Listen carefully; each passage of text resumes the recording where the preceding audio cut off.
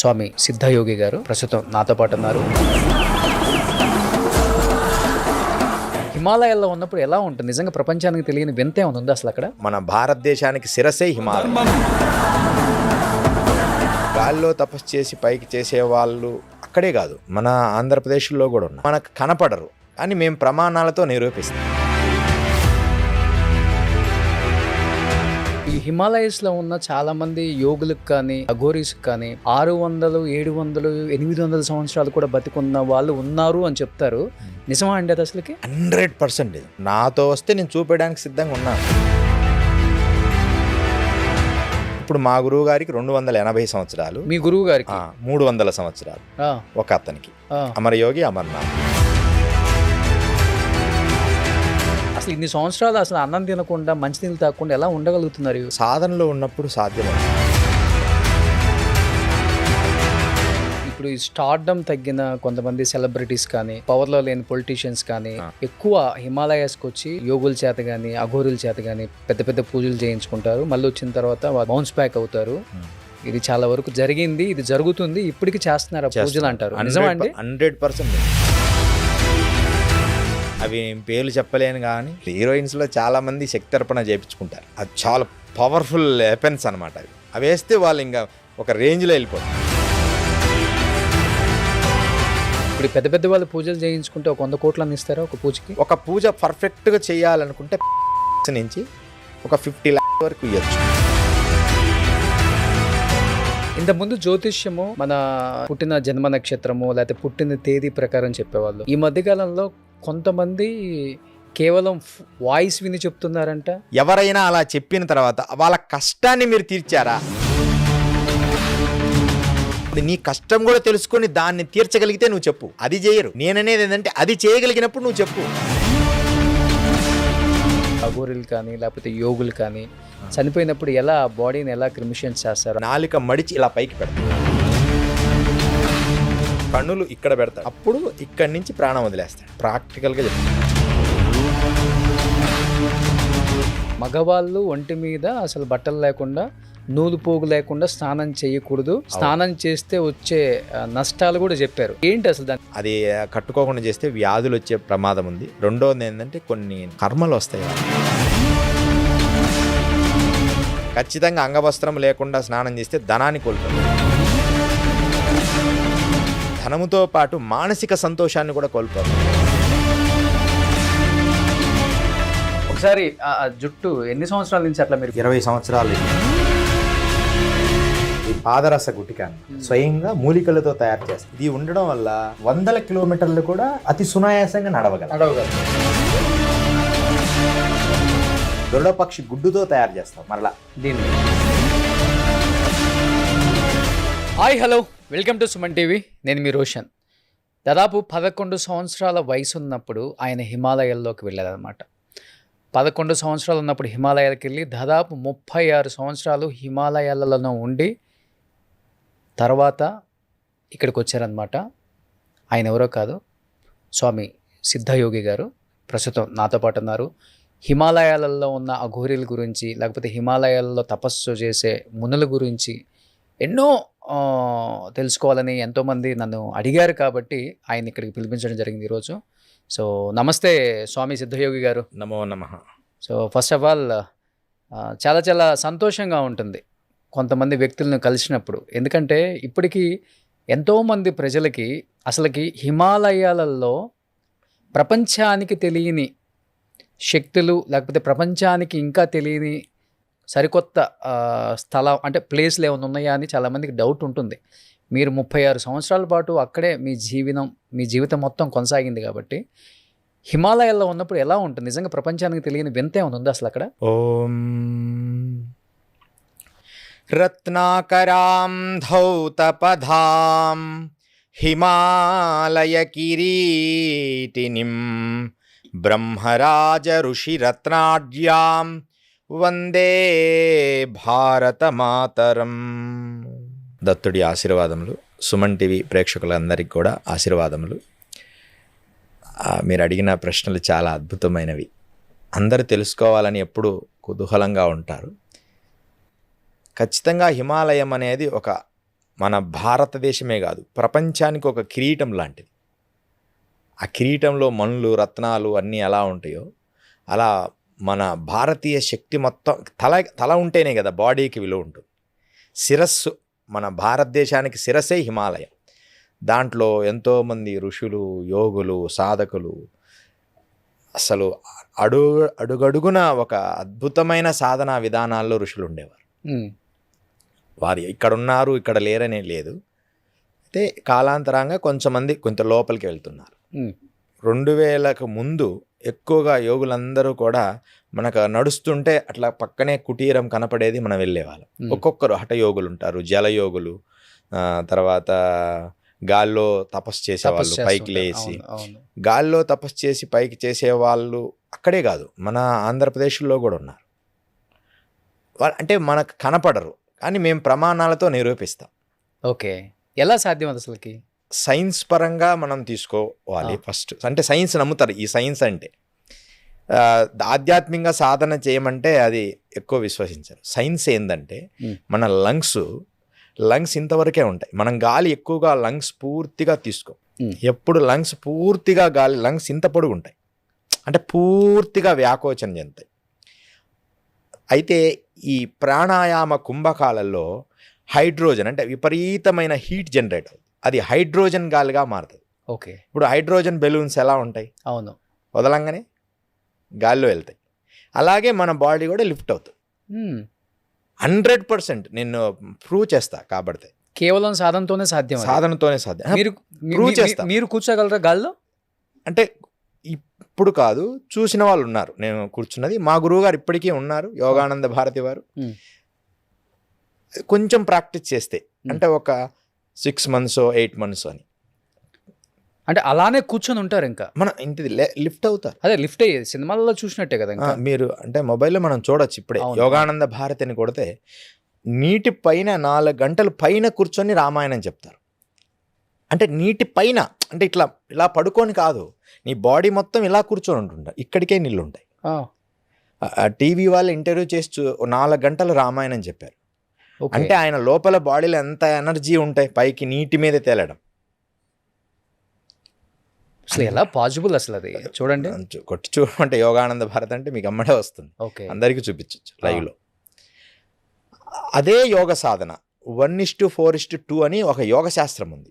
అంటే యోగంలో, ప్రాణాయామాల్లో అన్నీ మనం పుస్తకాలు చదువుతాం రోషన్ గారు. అంటే పుస్తకాలే ఎక్కువ, అవన్నీ చాలా నాలెడ్జ్ ఉందని అనుకుంటారు, బుక్స్ చదివి అవన్నీ. కానీ అవి ప్రాక్టికల్గా రూపంగా చేసిన సాధువులు కొంచెం మందే ఉంటారు.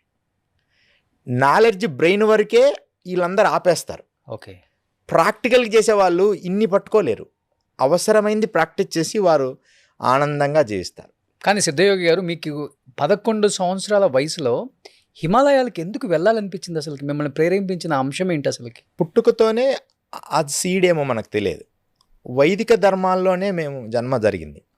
అంటే వైదిక ధర్మంలో. అందుకని నేను ఎక్కువ ఈ ధ్యానము, సాధన అంటే నాకు గుర్తు వచ్చినప్పుడు, గుర్తు రాకముందే ఈ చిన్ముద్ర ఎక్కువ వేస్తుండేవాడిని. మీకు ఆ ఫొటోస్ మీకు చూపిస్తాను, ఈరోజు వెళ్ళేటప్పుడు చూపిస్తాను. అసలు ఈ చిన్ముద్ర అనేది వీడేది లేదు. ఎక్కడ కూర్చున్నా, స్కూల్లో కూర్చున్నా సరే, ఏదో కొంచెం స్కూల్కి వెళ్తాం కదా, ఎక్కడికి వెళ్ళినా తపస్సే. ఒకసారి చిన్న సంఘటన, చిన్నతనంలో ఆ చిన్న స్కూల్ అప్పుడంటే చెట్ల కిందే ఉండేవి. స్కూల్ అంటే పెద్ద బిల్డింగ్స్ తక్కువ ఉండేవి మన ఆ టైంలో. 85లో అప్పుడు ఆ కాలంలో చాలా తక్కువ ఇవన్నీ ఉండేవి. ఒక వేప చెట్టు పైకి వెళ్ళి ఇలా కూర్చోండి. ఆయన వచ్చి, గురువుగారు వచ్చి, ఏం చేస్తున్నావు అయ్యా అంటే, నేను తపస్సు చేస్తున్నా గురువుగారు అన్న. కరెక్ట్గా అప్పుడు 10వ ఏట పడి ఉంటుంది అంతే. అంటే చెట్ల మీద చేయకూడదు, ఒకవేళ కింద పడితే అమ్మ వాళ్ళు ఏమన్నా అంటారు కదా. చెట్ల మీద కూర్చొని చేసేవాళ్ళు. చెట్ల మీద కూర్చొని ఏదో అలా ఎవరు చూసినా ఇంతే కూర్చొని, ఎవరన్నా అడిగితే ఏం చేస్తున్నావు అంటే, ఆ థాట్స్ ఎందుకు వస్తున్నాయో నాకు తెలియదు, కానీ నేను ఒక గుహల్లోకి వెళ్ళిపోవాలి అలా చెప్పేవాడిని. ఆ వయసులో ముద్దు మాటలు కూడా, ఆ గుహల్లో సాధన చేయాలి అని చెప్తుండేవాడిని. అసలు ఆ గుహలంటే తెలియదు. ఇలాంటి క్రమంలో 11వ సంవత్సరం వచ్చినప్పుడు నాకు ఒక విపరీతమైన స్పిరిచువల్ ఎనర్జీ పాస్ అయింది. ఇప్పుడు అప్పటికి ఈ టీవీలే కూడా లేవు, అసలు టీవీనే లేవు, టీవీలు, సెల్ ఫోన్లు ఏం లేవు. ఒక స్పిరిచువల్ ఎనర్జీ పాస్ అయ్యి, అలాంటి పాస్ అయిన తర్వాత నేను అనుకోకుండా నా వాయిస్లో నుంచి ఒక ఇన్నర్లుగా ఒక మాటలు వస్తున్నాయి. నేను మంచు కొండల్లోకి వెళ్ళాలి అంటే, అసలు ఎవరున్నారా, నువ్వు ఎలా వెళ్తావు, విజయవాడ వెళ్ళడానికే చాలా కష్టము, నువ్వు ఒక్కడివి ఎలా వెళ్తావు, నేను వెళ్తా, హిమాలయస్కి వెళ్ళిపోతా, అక్కడ ఏదో ఉంది నన్ను పిలుస్తుంది, ఒక మంచు లింగం నన్ను పిలుస్తుంది అని క్లియర్గా చెప్పాను. రోషన్ గారు యథార్థము, మా తాతగారు ఆర్మీలో పనిచేసేవారు. అక్కడ నిజంగా మంచులింగం ఉంది అంటే ఆయన వచ్చాడు అప్పుడు సెలవుల్లో, అట్లా అక్కడ మంచులింగం ఉంది నాన్న, నీకు ఎలా తెలుసు అని ఆయన ప్రత్యక్షంగా ఆయన అందరికీ చెప్పినాక వీళ్ళు నమ్మారు. అంటే పల్లెటూళ్ళల్లో అప్పుడు ఒక మంచులింగం ఉందని, అమర్నాథ్ మంచులింగం ఉంటుందని కూడా ఈ జనాలకు తెలియని రోజులు అవి. ఇది మన ఆంధ్రప్రదేశ్లో. మీరు ఒకసారి ఆలోచిస్తే నేను చెప్పిన మాటలు అర్థమవుతాయి ప్రాక్టికల్గా. ఎవరో కొంచెం మందికి తప్ప అక్కడ అమర్నాథ్ యాత్ర ఉందని తెలియని రోజులు అవి. అప్పుడే నేను అక్కడికి వెళ్ళిపోవాలి అంటే, అక్కడ ఉంది కానీ నాన్న ఈ వయసులో నువ్వు వెళ్ళలేవు అని చెప్పారు. ఆ తర్వాత యజ్ఞోపవీతం వేశారు. యజ్ఞోపవీతం వేసి ఏదో కార్యక్రమం చేశారు క్రతువు. కరెక్ట్గా 6 months ఇట్లా బంధువుల ఇంటికి వెళ్తానని, అప్పట్లో వెళ్ళనిస్తారనమాట. ఆ బంధువుల ఇంటికి ఎవరితో వెళ్తానని చెప్పేసి అక్కడి నుంచి ఇక వెళ్ళిపోయారు. ఎలా, ఏ ట్రైన్ ఎక్కాలో తెలియదు, ఏం తెలియదు. ఎన్ని ట్రైన్లో మారాను. జబల్పూర్ దిగాను, తెలియదు. జబల్పూర్ పోయింది ఒక ట్రైన్ విజయవాడని. నేను కాశీ వెళ్ళాలండి అని చెప్పాను, ఒక ట్రైన్ ఎక్కించాడు. ఆ జబల్పూర్లో ఆగిపోయింది, టికెట్ లేదు. అక్కడి నుంచి మొగలిసరాయ్ అని ఒక ఊరుంది. మొగలిసరాయిలో అంటే మొగలిసరాయ్ అయిపో కాశీ వెళ్ళిపోవచ్చు అంటారు. అసలు మొగలిసరాయ్ అంటే ఏందో తెలియదు. మొగలిసరాయిలో దిగడం. అక్కడి నుంచి వారణాసి దగ్గరే. అప్పట్లో ఏరే వాళ్ళు వచ్చి మేము తీసుకెళ్తామని వారణాసి వెళ్ళడం.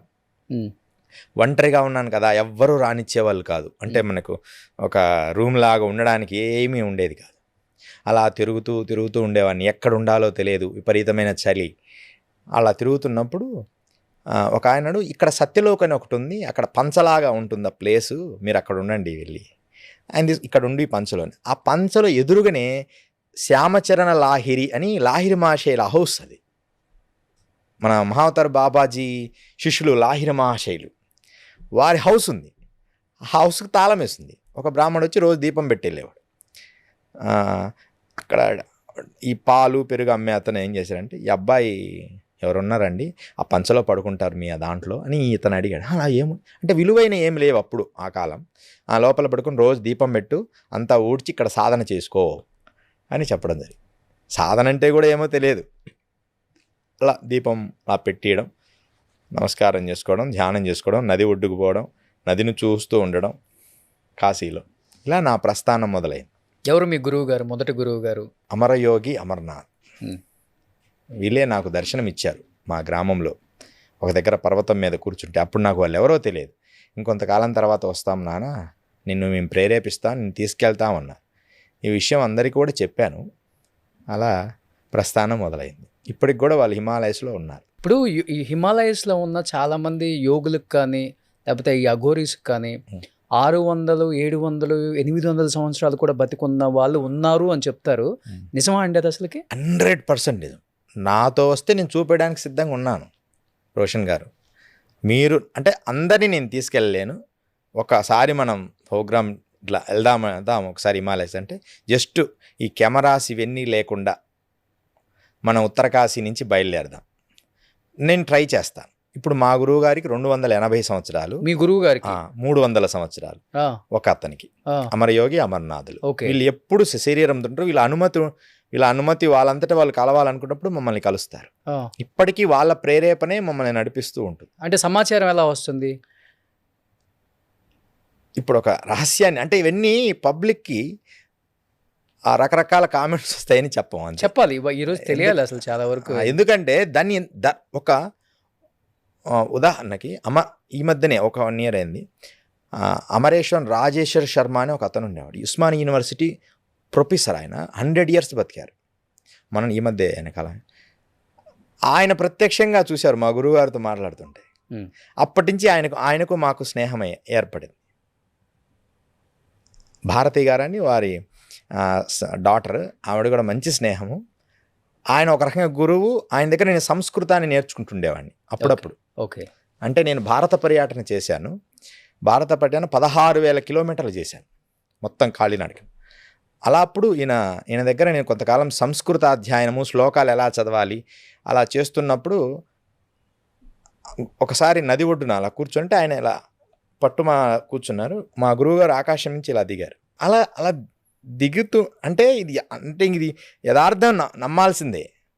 ఆయన ఏదో కూర్చున్నాను, గురువుగారు అలా దిగుతుంటే అమ్మడే నేను పోయి నమస్కరించాను. ఎవరికి కనపడరు వారు వాస్తవానికి. నేను పోయి వారితో విన్నవిస్తున్నానా, నువ్వు నర్మద బయలుదేరు అన్నారు. నర్మద నువ్వు వెళ్ళాలి అని చెప్పారు.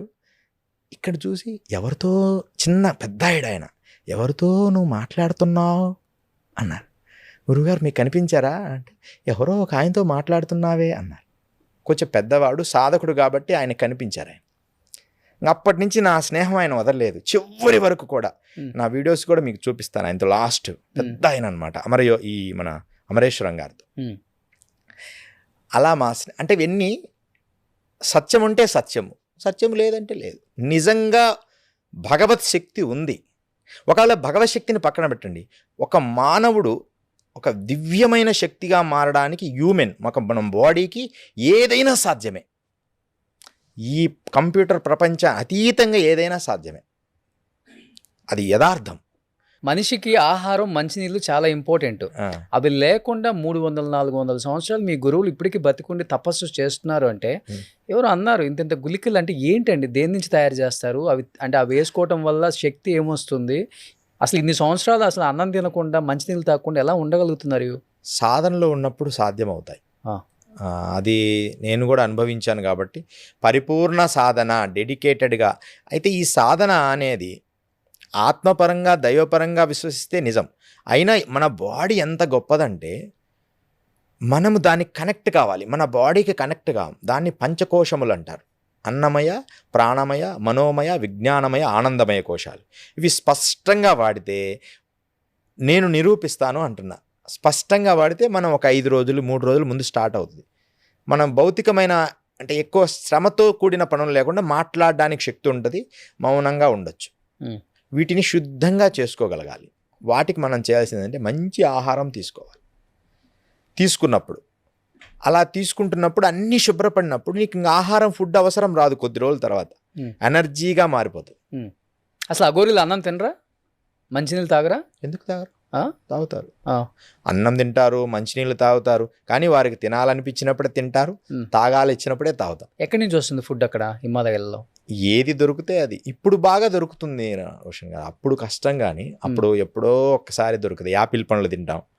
నేనైతే చాలా రోజులు యాపిల్స్ తిని తిని తిని యాపిల్స్తోనే ఉన్నాను. యాపిల్స్ తీసుకొచ్చుకోవడం, అక్కడ మన చింత అన్ని యాపిల్స్ చెట్లే ఉంటాయి. మన పైన మంచుకొండలు అక్కడ ఉండవు. మనకి గంగోత్రి వరకు యాపిల్ చెట్లు ఉంటాయి. ఆ తర్వాత యాపిల్ చెట్లు ఉండవు. మనం ఏదైనా స్టోర్ చేసుకొని మేము ఎలా చేశానంటే అక్కడ నేను మాత్రం కొన్ని రోజులు ఎండిపోయిన రొట్టెలను ట్రావెల్ చేశాను. నేను వారి దగ్గరికి వెళ్ళినప్పుడు మాత్రం వారు ఆహారం తినేటట్టుగా నాకేం కనిపించలేదు. వాళ్ళు మనం పెడితే తింటారుగా, లేకపోతే తపస్సులో ఉంటారు. వాళ్ళు తిన్నట్టుగా నేను ఎప్పుడు గమనించలేదు. ఎప్పుడు తినకపోయినా ఉంటారు, తినగలిగితే తింటారు. ఇది ఎలా సాధ్యమైందని ఒక కథ చెప్తా. మనం దరాస్ అంటే ఉత్తర కాశీ వెళ్ళేటప్పుడు దరాస్ అని ఒక ప్లేస్ వస్తుంది హిమాలయస్లో. అక్కడ గంగాదాస్ త్యాగి అని ఒక మహాసిద్ధ పురుషుడు ఉండేవారు. ఆయన పేరు గంగాదాస్ త్యాగి. వారు రోజు రాత్రి 11 గంటలకు పర్వత లోయల్లో నుంచి బయటకు వస్తారు ఆశ్రమానికి. తర్వాత తెల్లవారుజామున 6-7 గంటలకు మళ్ళీ లోపలికి వెళ్ళిపోతారు. ఇంకా మరుసటి రోజు రాత్రి మళ్ళీ 11 గంటలకు వస్తారు కుటీరంకి. ఎప్పుడు వారు తపస్సులో ఉంటారు. అంతసేపు ఉన్నాను నేను చూశాను, కానీ వారు భోజనం కానీ ఆహారం కానీ తిననట్టు నేను చూడలేదు. ఒకసారి మాత్రం వారు గంజాయి తాగారు. అంటే ఇలా చిలుం పీల్చారు. నాకు కూడా ఇచ్చారు. నాకు అవి అలవాట్లేదు. ఓ నమస్కారం చేసుకొని పక్కన వాళ్ళకి ఇచ్చా. మహారాజ్ వచ్చినాయి అంటే మేము బాధపడాల్సిన పని లేదు, తీసుకోవాల్సిన పని లేదులే అన్నారు. మరి ఎలా సాధ్యమవుద్ది? ఎముకల గూడులాగా పూర్తి చైతన్యావస్థలో ఒక భోజపత్రాన్ని మాత్రమే కౌపీనంగా ధరించిన గంగాదాస్ త్యాగి వీరిని నేను చూశాను. ఎప్పుడు అన్నం తిన్నట్టే నేను గమనించలేదు. ఎన్ని సంవత్సరాలు ఉంటాయి ఆయనకి? వారికి ఒక 170 పైన ఉంటాయని అన్నారు అక్కడి వారు. వందల పైనే ఉంటాయని వారు అన్నారు. కానీ మనకు క్లారిటీగా తెలియదు. వాళ్ళు చెప్తున్నారు అక్కడ వాళ్ళు, మా తాతల నుంచి ఈయన ఇలాగే ఉన్నారు, ఎప్పుడు చూసినా ఒకే రకంగా ఉంటారు. ఇది సాధ్యము అనేది మాత్రం నేను నిరూపించాలని నా తపన. ఇదంతా కానీ సాధ్యం. ఇప్పుడు అక్కడ మంచు కొండలు, అసలు చలిలో ఉమ్. ఎప్పుడు చూసినా కానీ ఒంటి మీద బట్టలు లేకుండా ఉంటారు కదా గోరీలు కానీ ఇంచుమించు అంతే. తపస్సు ఆ, మీరు అన్నట్లుగా ఒక చిన్నది ఏదో కట్టుకొని. ఆ. అది మీరు ఇనిషియల్గా మీరు అన్నారు నేను వెళ్ళిన కొత్తలో ఆ చలికి ఉండలేకపోయానని. ఉమ్. ఎన్ని సంవత్సరాలు పట్టింది మీ బాడీకి అలవాటు అవ్వటానికి ఆ చలిలో? ఎంత ఎంత మైనస్లో అయినా ఉండటానికి అలవాటు పడవటం అంటే అంత ఈజీ కాదు ఒక శరీరం. అవును. దానికి ప్రాణాయామ ప్రక్రియలు ఉన్నాయి, ఆ. కపాలభాతి ప్రక్రియలు ఉన్నాయి. ఉమ్. అవన్నీ మేము నేర్చుకున్నా. చైనీస్ ఉంటారు కదా, చైనీస్ మాంక్స్ దగ్గర కొంతకాలం నేను శిక్షణ పొందా ఈ మంచు కొండల్లో ఉండడానికి. చైనాకి సంబంధించిన అంటే టిబెట్కి సంబంధించిన ఒక మాంక్స్ ఓకే. వాళ్ళు ఆ ప్రక్రియలన్నీ నేను బాగా ప్రాక్టీస్ చేశాను. భస్త్రికం ఆ చేసిన తర్వాత నేను కూడా ఓన్లీ గోనె సంచి మాత్రమే కట్టుకొని జీవించేవాడిని. ఉమ్. అంటే ఏ స్వెటర్స్ కానీ, అసలు వర్షం పడుతూ ఉంటుంది, బీభత్సమైన వర్షం అయినా సరే హాయిగా అసలు చలి వణికిన, అసలు వణికడ ఏమైనా కానీ అలా తపస్సుకు ఉండడమే. అంటే దేహం దానికి అలవాటు పడుతుంది. ఏ వస్తువైనా మనం ఒక 20 రోజులు ప్రాక్టీస్ చేస్తే దానికి కొంచెం కొంచెంగా దేహం దానికే అలవాటు పడుతుంది. కానీ ఇప్పుడు యోగులు అంటే ఎవరు, మునులు అంటే ఎవరు, అఘోరీలు అంటే ఎవరు? వీళ్ళందరూ ఉండేది హిమాలయాల్లోనే కదా. వాళ్ళ పేర్లు అంతే. అంటే ఏంటి అసలుకి అది ఎట్లా? యోగులన్నా ఎవరైనా పీస్ ఆఫ్ మైండ్, ఉమ్. రిలాక్స్గా ఉండడం, వారి సంకల్పాలని విశ్వంలోకి లయం చేసి అందరినీ రక్షించడానికి సహకరించడం, వాళ్ళు ప్రయత్నం చేస్తూనే ఉంటారు. ఇప్పుడు ఆయుర్వేదం అంటారు, హోమియోపతి అంటారు, అలోపతి అంటారు, రకరకాల డాక్టర్స్ ఉన్నారు. వారి లక్ష్యం ఏంటి? ఏదో రకంగా వాళ్ళ వ్యాధిని తగ్గించాలి, అంతే కదా. వారి లక్ష్యం, డాక్టర్ లక్ష్యం వ్యాధిని తగ్గించాలి. యోగుల లక్ష్యం మనుషుల్ని శాంతింపచేయాలి, వారిని మంచిగా ధర్మ మార్గంలో నడిపించాలి. అంటే ధర్మ మార్గం అంటే ఒక దైవంతో కనెక్ట్ అని నేను అనను. ఏదో దైవం అంటే ఈ శివుడు, పరమేశ్వరుడు, రాముడు, కృష్ణుడు ఇవన్నీ చైతన్య అవస్థలు. అలా కాదు, అసలు మనిషిగా బ్రతకడం నేర్చుకోవాలనేది నా అభిప్రాయం. అది మిస్ అవుతున్నారు. దేవుడు ఎన్ని పక్కన పెట్టింది, అదంటే మా వ్యక్తిగత విషయం. అంటే ఒక యోగి లక్షణం అది. ఒక సాధకుడు పరమేశ్వరుని చూడాలనే తపనలో ఉంటాడు. కానీ మనిషి ఎలాంటి స్థితికి వచ్చాడంటే ఇప్పుడు అసలు మనిషి అనేది ఒక మనిషి ఎలా బ్రతకాలి? ఇదిగో ఇలా కష్టపడాలి, ఎంతవరకు అవసరమో అంతవరకు కష్టపడి పని చేయాలి, సంపాదించాలి, దాన్ని ఎలా వినియోగించాలి అది మర్చిపోయి మనిషిని మనిషిగా చూడకుండా ఒకని నాశనం చేయాలనే స్థాయికి వెళ్ళిపోతున్నారు. క్లియర్గా కనపడుతుంది ప్రపంచం. ఒకలా మన ప్రశాంతంగా ఉన్న వెనక నుంచి ఏదో ఫోర్సుల్లాగా అందరు కలిసి కట్టి ఇది కులము, మతము, జాతి, వర్గము, భేదాలు ఇవి అసలు యోగులు ఎప్పుడు ఇవి కోరుకోరు. యోగుల్లో కూడా అన్ని రకాలు ఉంటారు కాబట్టి అందరూ ఉంటారు, అన్ని యోగులు ఉంటారు, అందరూ చాలా సన్నిహితంగా ఉంటాం, అందరినీ ఒకరినొకరు గౌరవించుకుంటాం. ఎంత గౌరవించుకుంటామనేది నా మనస్సాక్షి తెలుసు. ఒకసారి నేను కాళీ యోగిని దర్శించడానికి వెళ్ళాను ఒక దగ్గర. ఆయన దర్శించడానికి వెళ్ళినప్పుడు అసలు ఆయన దగ్గర ఏ పదార్థాలు లేవు. అంటే వండర్స్ అని అడిగావు కదా, వాళ్ళు ఎంత ప్రేమ, వాళ్ళ శక్తిని వాడాల్సిన అవసరం లేదు అక్కడ. నిజంగా మీరు అంటే విషయాన్ని చెప్పడానికి రహస్యాన్ని చెప్తున్నాను. అంతకు ముందు రోజు మధ్యాహ్నం తీసుకున్న ఆహారమే నేను కొంచెం తీసుకుంటాను, నేను కూడా లైట్గా, చాలా లిమిటెడ్గా. ఆ పర్వతం ఎక్కాను. గురువుగారు, ఎందుకు వచ్చావండి బాబు ఇక్కడికి, ఏముంది ఇక్కడ అన్నారు ఆయన. కాదండి, మిమ్మల్ని చూడాలనిపించింది, అందరూ చెప్పారు ఇట్లా మహాసిద్ధ పురుషులు మీరు, ఇక్కడ కొండ జాతి వాళ్ళు చెప్పారని చెప్పి నడుస్తూ అక్కడికి వెళ్ళడం జరిగింది. అక్కడ ఆయన చెప్పిన మాటలు, ఎందుకు వచ్చావు ఏంటి అని అడిచి కొంచెం కోపగించుకున్నారు. మా సాధన భగ్న, ఇదంతా సాధన జరిగే స్థలం కాదు నాన్న, నువ్వు చిన్నవాడివి, మంచిగా సాధన చేసుకొని ఏదో చెప్పారు. కానీ అక్కడ చిన్న గుహ రోషన్, ఒక 6x6 అంతే అది ఆ గుహ. దాంట్లో ఏమీ లేవు, 2 మట్టి పాత్రలు ఉన్నాయి, కుండలు. ఒక కుండ మీద ఇంకొక కుండ ఇలా బోర్లించేసి అలా ఉన్నాము. నాకు బాగా బడలికగా ఉంది. కొంచెంసేపు నేను అలా కళ్ళు మూసుకొని అట్లా పడుకున్నాను. అలా లేచేటప్పటికి దాంట్లో నుంచి పొగలు కక్కుతున్న అన్నము, పాయసం, అన్నీ ఇంకా వేడివేడి పదార్థాలు ఎలా సాధ్యమయ్యాయి? అది ఎక్కడో అడవిలో ఉంది. ఒకవేళ చేపిద్దామన్నా ఒక వంట అన్నం ఒకటైతే వండొచ్చు, దాంట్లో కూరలు, రొట్టెలు, అసలు అన్నీ సృష్టించబడ్డాను. నేను అన్నీ గురుగారు ఎలా సాధ్యమైందండి? అమ్మ అనుకుంటే ఏదైనా సాధ్యమవుతుంది, కానీ నీకోసమే ఇది సృష్టించబడింది అని నేను మాత్రమే తిన్నా, ఆయన తినలేదు. అలా ఆయన ఆహారం నిరాహారంగా ఎన్నో సంవత్సరాలుగా ఉన్నారు ఇప్పటికి కూడా. ఓకే. ఆయన ఆహారం తినడు అసలు. ఎంత గొప్ప శక్తి! నిజంగా స్పిరిచువల్ శక్తి ఉంది, కానీ ఆనెస్ట్గా రియాలిటీగా గురువుగారు నేను ఆనెస్ట్గా రియాలిటీగా చూడాలనుకుంటున్నాను అంటే ఏదో ఒక సమయంలో తన యోగ్యతను పరిశీలించి మనం వెళ్దాం హిమాలయస్కి. రావచ్చా? సాధారణ మనుషులు రావచ్చా? రావచ్చా? రావచ్చు, 100% రావచ్చు. కానీ మీరు కెమెరాస్ కానీ అవి కానీ వద్దు. మీరు వచ్చి చూసిన తర్వాత ప్రమాణంగా కెమెరాకి చెప్పుకోండి, అప్పుడు ప్రపంచం విశ్వసిస్తుంది. అంటే అంటే అంటే ఎంత దూరం? అంటే నడుచుకుంటూ వెళ్ళాల్సిందే కదా? ఇక్కడ ఎంత దూరం అని కాదు, కరెక్ట్ గురువు దొరికితే. అంటే ఇప్పుడు ఒక మంచి జ్ఞాన గురువు దొరికితే మీకు అంత కష్టాలు ఏమి ఉండవు. అయితే మమ్మల్ని ఒక 2 మాటలు అంటారు, ఎందుకురా వీళ్ళని తీసుకొచ్చావు అని అంటే అనొచ్చు. అన్నా సరే గురువుగారు ఒక్కసారి దర్శనానికి వచ్చారని అంత దూరం నుంచైనా నేను చూపించగలుగుతాను. హిమాలయస్లోనే చాలా అద్భుతమైన 100 సంవత్సరాలు బ్రతికిన యోగులు ఉన్నారు. అయితే ఇప్పుడు ఏమైందంటే 10 కిలోమీటర్ల దూరంలో ఉన్న యోగులు 20-30 కిలోమీటర్ల దూరంలో వెళ్ళారు, లోపలికి వెళ్ళిపోతున్నారు, ఇంకా వెళ్ళిపోయారు. ఇంత అసలు ఫస్ట్ 85లో 90లో యోగులు అలా మనం రోడ్డు ఉత్తరకాశీ నుంచి అలా నడుస్తూ వెళ్తున్నా ఆ పక్కనే అదిగో ఆ కుటీరంలో ఆదియోగి ఉన్నాడు, ఈ కుటీరంలో బర్ఫానీ బాబా ఉన్నారు అని అంత సరళంగా చెప్పుకునేవాళ్ళం. ఇప్పుడు వాళ్ళందరూ లోపలికి వెళ్ళిపోతున్నారు. అంటే మారుతున్న సమాజాన్ని చూడలేక టూరిజం స్పాట్ అయిపోయింది హిమాలయం. మీరు మొన్న చూడండి, అన్ని కార్లే. మాకు ఒక కారు ఉంది మేము వెళ్ళిపోతున్నాం, మాకు ఒక కారు ఉంది మేము వెళ్ళిపోతున్నాం అని 100 కార్లు. మీరు పోయిన సంవత్సరం కేదార్ బద్రీలో దర్శనానికి ఎంత లేట్ అయిపోతుందో, ఒక టూరిజం స్పాట్ లాగా అయిపోయింది అలాంటి సమాజం. ఇంకోటి యోగులు, రోషన్ గారు మీకు ఆశ్చర్యము ఏమన్నా అనుకోండి, ఈ ప్రపంచము నేను చూశాను యోగుల గురించి తప్పుగా ఒక విషయము, యోగులని పేరు చెప్పుకొని చేసే పనులు. ఈ మధ్య గంగోత్రిలో మేము చూస్తే, మేము తపస్సు చేసిన గుహల్లో ఇప్పుడు అందరూ కూడా బాబాలు స్వామీజీలు ఉన్నారు. ఓకే, మంచిదే, ఆ గుహలు మీరు తపస్సు చేసుకోవడానికి వాడుకోండి. అంటే అక్కడ గుహలు ప్రత్యేకంగా ఉండవు హిమాలయస్లో. ఒక కొండ పర్వతానికి చిన్న గుంత మట్టి తీసి అది ఒక ప్లేస్ అన్నమాట. రాతి గుహలు కొంచెం తక్కువ ఉంటాయి. అక్కడ హాయిగా తపస్సు చేసుకోకుండా ఈ ఫారినర్స్ను వీళ్ళని ఆకర్షించడానికి ఒక రకమైన స్వామీలు తయారయ్యారు. అక్కడ లోపలికి వెళ్ళిపోయారు వాళ్ళు కూడా.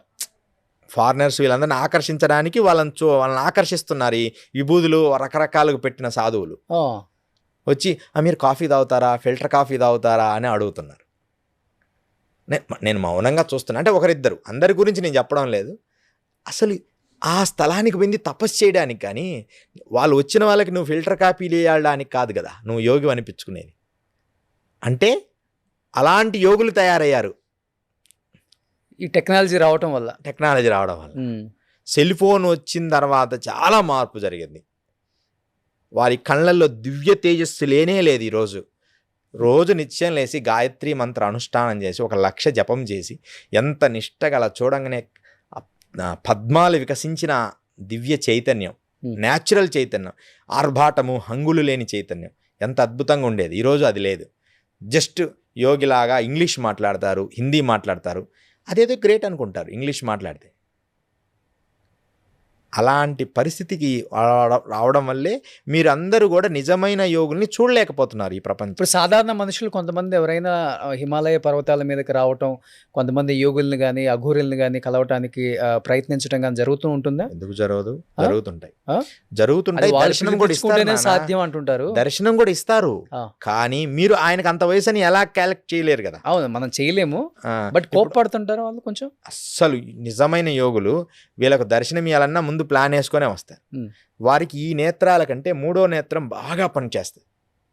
అంటే ఇలా చూడంగానే ఈ ప్రాంతంలో ఎవరు వస్తున్నారంటే వారిని వీళ్ళు కలవాలనుకుంటేనే ఆ మార్గంలోకి వెళ్ళి వీళ్ళని కలుస్తారు, కానీ మన కోసం రారు కదా. నిజం రోషన్ గారు, ఇప్పుడు మనం ఒక డిసిప్లిన్గా ఒక రూమ్లో కూర్చున్నప్పుడు ఒక వ్యక్తి చిన్న శబ్దం చేసినా మనకు తెలుస్తుంది. అట్లనే ఒక యోగి నిర్మానుష్యంగా డీప్ మెడిటేషన్ చేసినప్పుడు ఎంత దూరాన్నైనా తన సంకల్ప శక్తితో గుర్తిస్తాడు. సహజ సిద్ధంగా తెలిసిపోతుంది, ఎవరో వస్తున్నారు ఈ మార్గంలో. మనం ఇంట్లో అలా కూర్చున్నప్పుడు ఆ కళ్ళు మూసుకొని ఎవరన్నా అలా కొత్త వాళ్ళు వస్తే అలా కొంచెం ఎవరో వచ్చినట్టుంది అనిపిస్తుంది. శబ్దం కొంచెంగా తగిలినా కూడా మనకు తెలుస్తుంది. అలాగే అంత డీప్ మెడిటేషన్లో ఉన్నప్పుడు చిన్న శబ్దం కూడా వాళ్ళకి పెద్ద శబ్దంలా వినపడుతుంది. ఒక్కోసారి చాలా డేంజర్. అందుకనే యోగుల దగ్గర శబ్దాలు ఎక్కువ చేయకూడదు. బాగా డీప్గా, ఎంతో డీప్గా ఉన్న వాళ్ళ దగ్గర చిన్న అట్లా అనంటే కూడా వాళ్ళకు భయంకరమైన శబ్దం వస్తుంది. ఓకే. అంత డీప్ ఉంటుంది. ఫ్యాన్ శబ్దం కూడా పడదు. కానీ యోగులు అండ్ అఘోరీలు ఇద్దరు చేసే ధ్యానం అదంతా ఒకటేనా అండి? వాళ్ళు కూడా సేమ్ ప్రపంచ శాంతి కోసమే. అందరూ చైతన్య అవస్థలే. కానీ పోలీస్ ఆఫీసర్ లాంటి వాళ్ళు అఘోరాలు, నాగసాధువులు. నాగసాధువులు అయితే పూర్తి ఆర్మీ.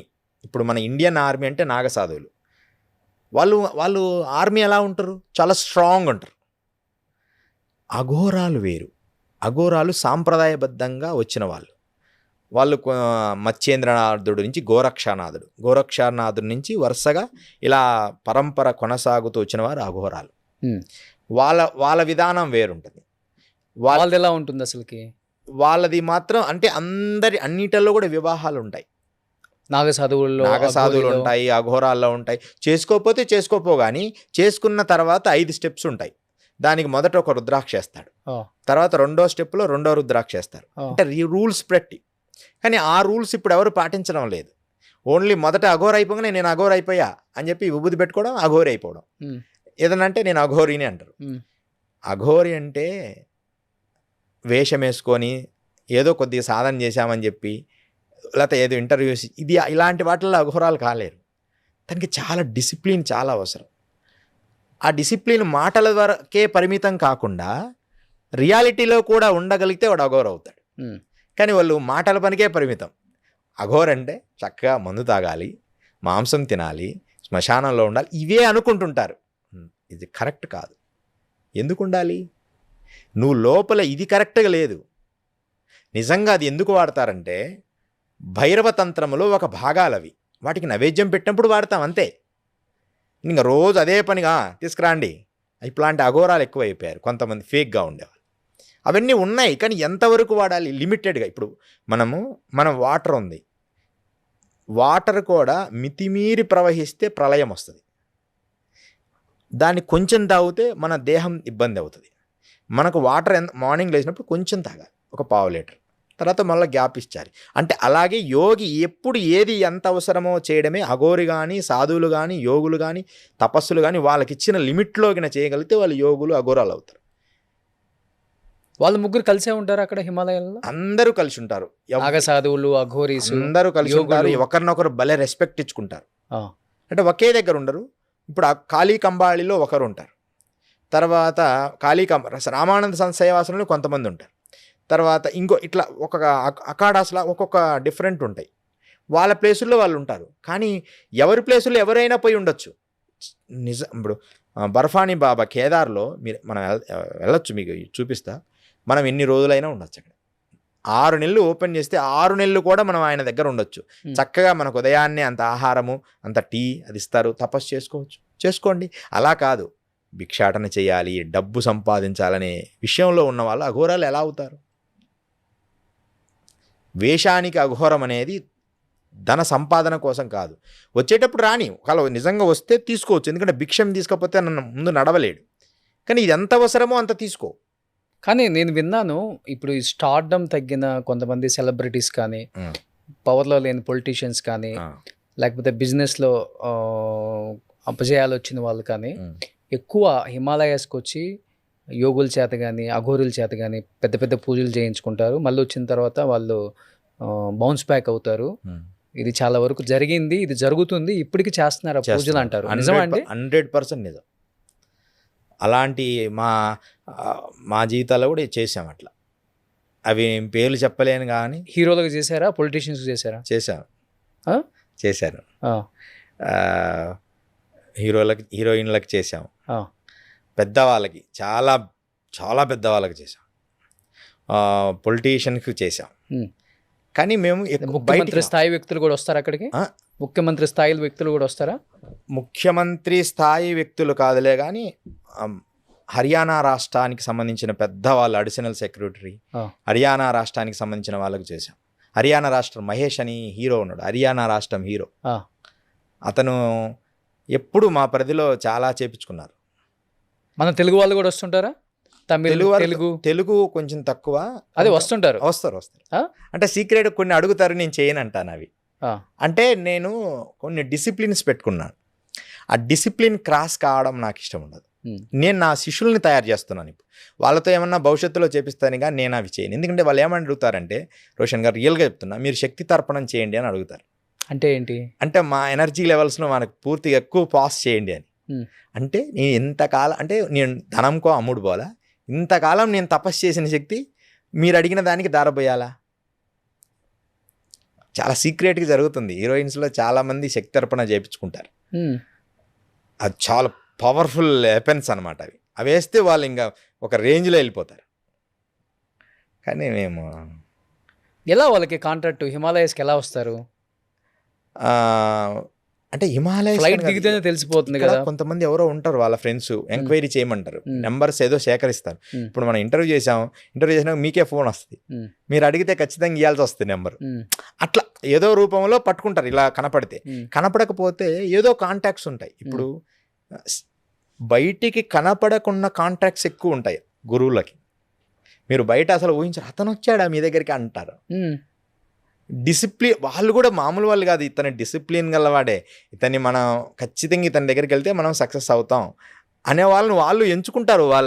వాళ్ళ సర్కిల్ నుంచి ఎంచుకొని ఇంకా వారితో దగ్గర పిలిపించుకొని వారితో ఆ పూజ ఎన్ని చెప్తారు. డిసిప్లిన్ గల గురువులు డిసిప్లిన్గానే వాళ్ళకి గైడ్ చేస్తారు. అంటే అధర్మంగా చేయరు, ధర్మంగా చేసి వాళ్ళకు నువ్వు అవుతావు నాన్న. ఎలాంటి పూజలు ఉంటాయి అసలుకి? అంటే వాళ్ళ కూర్చోబెట్టే చేస్తారా హిమాలయాల్లో వాళ్ళ దగ్గరే?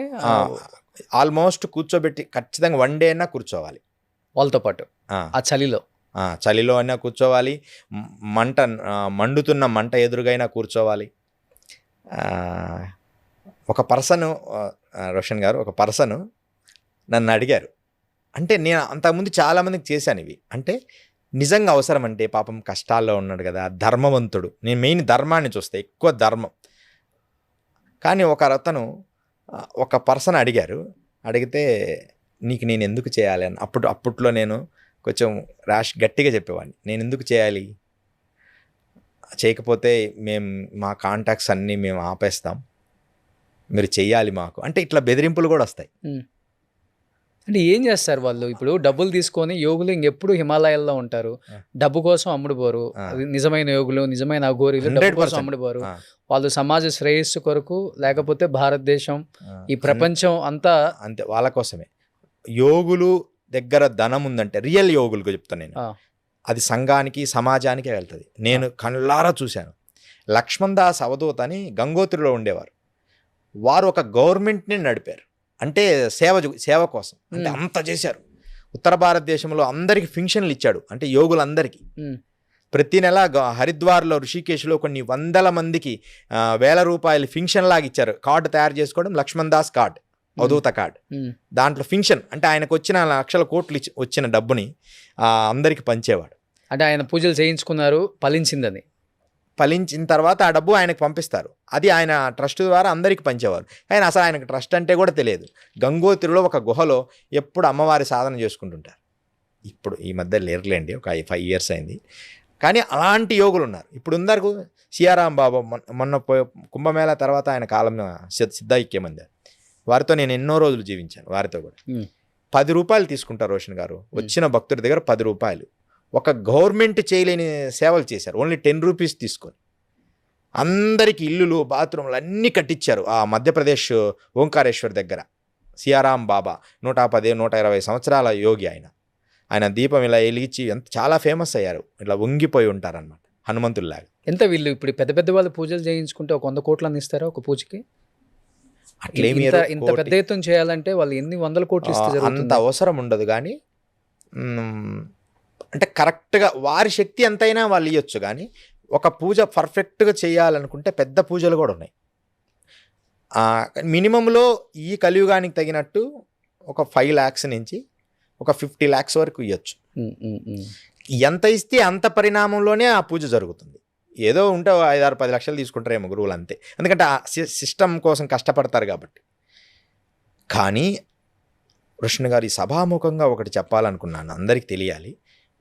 ఒక్క ఒక్క విషయంలో మాత్రం ఇప్పుడు భారతదేశం గొప్ప స్థితిలో ఉంది. గతంలో యజ్ఞయాగాదులు చేయాలంటే వృత్తికులు అంటే మంచి వేదము తెలిసిన వాళ్ళు దొరికేవాళ్ళు కాదు. దొరికేవారు 1, 2, 5 మంది 10 మంది. ఈరోజు 100 మంది అయిన పౌండరీకమని పెద్ద పెద్ద యజ్ఞయాగాదులు అంటే 50 కోట్లు పెట్టి చేసే యాగాలు కూడా ఉన్నాయి ఇప్పుడు. అలాంటి యాగాలు కూడా చేసే వృత్తికులు ఇప్పుడున్నారు. మరి ఇదొక్క విషయంలో గోల్డెన్ టైమే. ఓకే, ఇదొక్క విషయంలోనే. ఎందుకంటే వృత్తికులు అలాంటి వాళ్ళు గతంలో మాకు అప్పుడు ఉండేవారు కాదు. 2000 ముందు ఒక 20 మంది 10 మంది అంతే. ఇప్పుడు 100 మంది అయినా సరే పర్ఫెక్ట్గా వేదాధ్యయనము చేసి మనస్ఫూర్తిగా యజ్ఞం చేసి వ్యామోహం లేకుండా చేసే పూజారులు ఇప్పుడున్నారు. ఏది ఈ వేదము నేర్చుకున్న వాళ్ళు. పురోహితులు కాదు, వారు వేరే, వాళ్ళు మామూలుగా పెళ్ళిళ్ళు అవి చేస్తుంటారు. వీళ్ళు ఇది కూడా చేస్తారు. కానీ వేదం అంత గొప్పగా నేర్చుకున్న వాళ్ళు ఇప్పుడున్నారు. ఎంత గొప్ప విషయం. మనం పౌండరీకం చేయాలంటే మనకు గతంలో ఎంతో కష్టం. ఇప్పుడు అలా కాదు, కరెక్ట్గా దొరుకుతారు. మనం అమౌంట్ మనం కొంచెం ఇంకోటి మనం ధనం సమకూర్చినా వాళ్ళు చేయమనగానే చేయరు. నిజంగా అవసరమా, ఇది చేద్దామా ఈ యజ్ఞము, అలాంటి గొప్ప విషయంలో ఇప్పుడు గొప్ప వాళ్ళు ఉన్నారు. ఇంకొకటి సిద్ధియోగ్ గారు, ఇప్పుడు అంత చలిలో మైనస్లో ఉంటారు కదా హిమాలయస్లో. మామూలుగా నేను చూసిన అఘోరీస్ కానీ యోగులు కానీ ఒంటి మీద బట్టలు ఉండవు. అవును, ఒంటి నిండా విభూతి పూసుకుంటారు. ఏదన్నా రీజన్ ఉందా అలా విభూతి పూసుకోవడానికి? అలా బట్టలు లేకుండా ఉంటారా అందరు అక్కడ? 100%. ఇప్పుడు మేము కూడా కౌపీనముతోనే ఒక 6 సంవత్సరాలు తిరిగాను. కౌపీనమే మంచుకొండల్లో గ్లేషియర్స్లో నడిచేవాడిని. అసలు ఏమీ లేకుండా, చెప్పులు లేకుండా. అందరూ మీరు గడ్డ కడితే కాళ్ళు తీసేస్తారు, గడ్డ కడతాయి, మీరు ఇబ్బంది పడతారని నన్ను ఎప్పుడు అంటుంటారు. ఒకసారి నడుస్తున్నప్పుడు అనుకోకుండా ఒక 2 షూలు కనిపించాయి. ఆర్మీ వాళ్ళు తెగిపోతే వదిలేశారు. అవి దానికి పురుకోసలు చుట్టుకొని దారం చుట్టుకొని గ్లేషియర్స్లో నడవడం జరిగింది. ఖచ్చితంగా నీ అంటే పరిపూర్ణమైన ఆర్తి, దానితో పాటు ప్రాణాయామము, యోగా పరిపూర్ణంగా దేహంలో ఉంటే నీకు ఎలాంటి మంచు ఏమి చేయలేదు. నార్మల్గా మనం ఉండే క్లైమేట్లో ఉన్నామన్న ఫీలింగే ఉంటుంది బాడీకి, హాయిగా ఉంటుంది. మొదట కొద్ది రోజులు మాత్రమే నిన్ను డిస్టర్బ్ చేస్తుంది, ఒక 3 నెలలు. అందుకనే మేము ఏం చేస్తామంటే హిమాలయాలో డైరెక్ట్గా మంచుకొండల్లోకి వెళ్ళాం. ఉత్తరకాశీలో 1 నెల ఉంటాం, గంగోత్రి పోయిన తర్వాత 1 నెల ఉంటాం. అక్కడి నుంచి 15 రోజులు ఉత్తర తపోవన గోముఖ్ వెళ్ళి అక్కడి నుంచి ఇక 10 రోజుల తర్వాత ఇక మంచుకొండల కంప్లీట్ మంచుకొండలో నడుస్తాం. అంటే బాడీని స్టేజీల వారీగా డెవలప్ చేస్తాం. కొంతమంది యోగులు చెప్తుంటారు మగవాళ్ళు ఒంటి మీద అసలు బట్టలు లేకుండా, నూలు పోగు లేకుండా స్నానం చేయకూడదు, స్నానం చేస్తే వచ్చే నష్టాలు కూడా చెప్పారు. అవును, ఏంటి అసలు దానికి ఏదన్నా ఉందా, హిస్టరీ ఏమైనా ఉందా? అది ధర్మము చాలా గొప్పది రోషన్ గారు. మన ధర్మము చాలా అంటే అది చాలా పెద్దది, చాలా గొప్పది. అందుకని ఇప్పుడు నేను అవధూత స్థితిలో ఉన్నా అనుకో, నాకు ఏ కౌపీనం కూడా అవసరం లేదు. నేను నదిలో డైరెక్ట్గా స్నానం చేయొచ్చు. ఒక గృహస్థుడు అలా చేయకూడదు.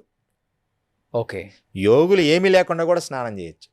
అఘోరాలు యోగులు, ఇప్పుడు మన అఘోరాలు యోగులు మన కుంభలో మేము అన్నీ ఏం లేకుండే కదా స్నానం చేసేది, అంటే మామూలుగా వెళ్ళినప్పుడు సాధువులు. కానీ గృహస్థులు అలా చేయకూడదు. అంటే ఒక కుటుంబపరమైన ఆలోచన విధిలో ఉన్నోళ్ళు చేయకూడదు.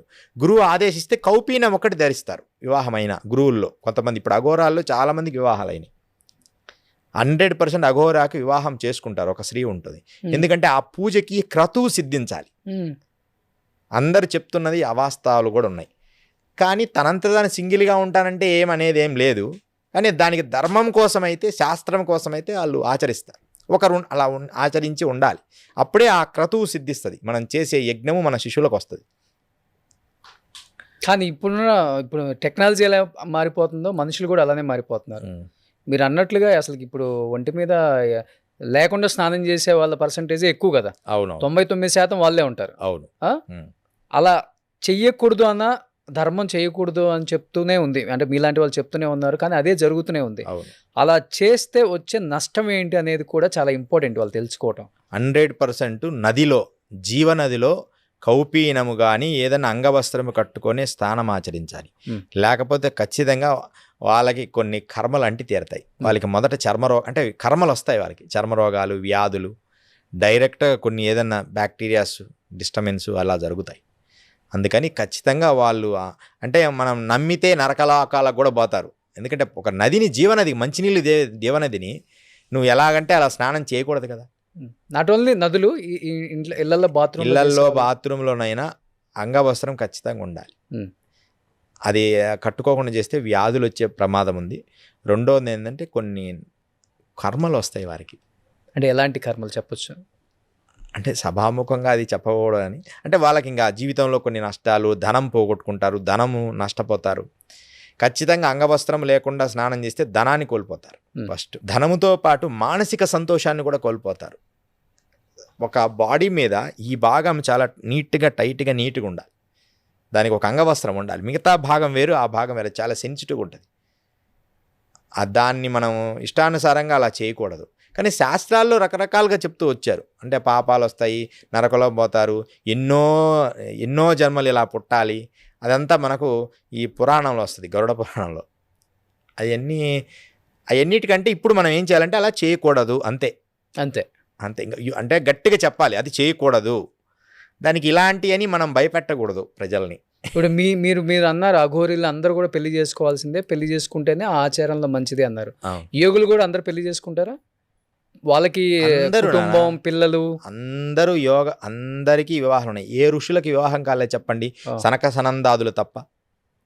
వాళ్ళు బ్రహ్మమానస పుత్రులు, నారదుడు బ్రహ్మమానస పుత్రుల వరకు తప్ప మిగతా అందరికీ, వశిష్ఠులకు అయిందా, దుర్వాసులకు అయిందా, విశ్వామిత్రుడికి అయిందా, అందరికి అంతే. ఆ కాలం అగస్త్యుల వారికి అయిందా? ఋషుల సాంప్రదాయాలు అందరికీ అయినాయి. కానీ కలియుగం వచ్చిన తర్వాత ఆయుష్ పరిణామం తగ్గింది. అప్పుడేందంటే 3 యుగాలు బతికారు ఈ ఋషులందరూ. 3 యుగాలు ఉన్నారు. 3 యుగాలు ఉన్నప్పుడు వారికి ఇది ఏమో 60 సంవత్సరాలేగా. ఇప్పుడు ఈ జీవితం ఎంత ఉంటుందో ఒక 60 సంవత్సరాలు ఉంటారు. కానీ ఈ కాలంలో ఉండేదే 60 సంవత్సరాలు అన్నప్పుడు వారు ఎన్ని చేసుకొని మరలా సంసారం, పిల్లలు, బాధ్యతలు అయితే సాధన చేయలేమేమో అని ఒక ఆలోచన. కుటుంబాలు వదిలిపెట్టి వెళ్ళిపోతారు చాలామంది పెళ్ళైన తర్వాత కూడా కదా. అవును, అంటే పర్మిషన్తో వెళ్ళాలి.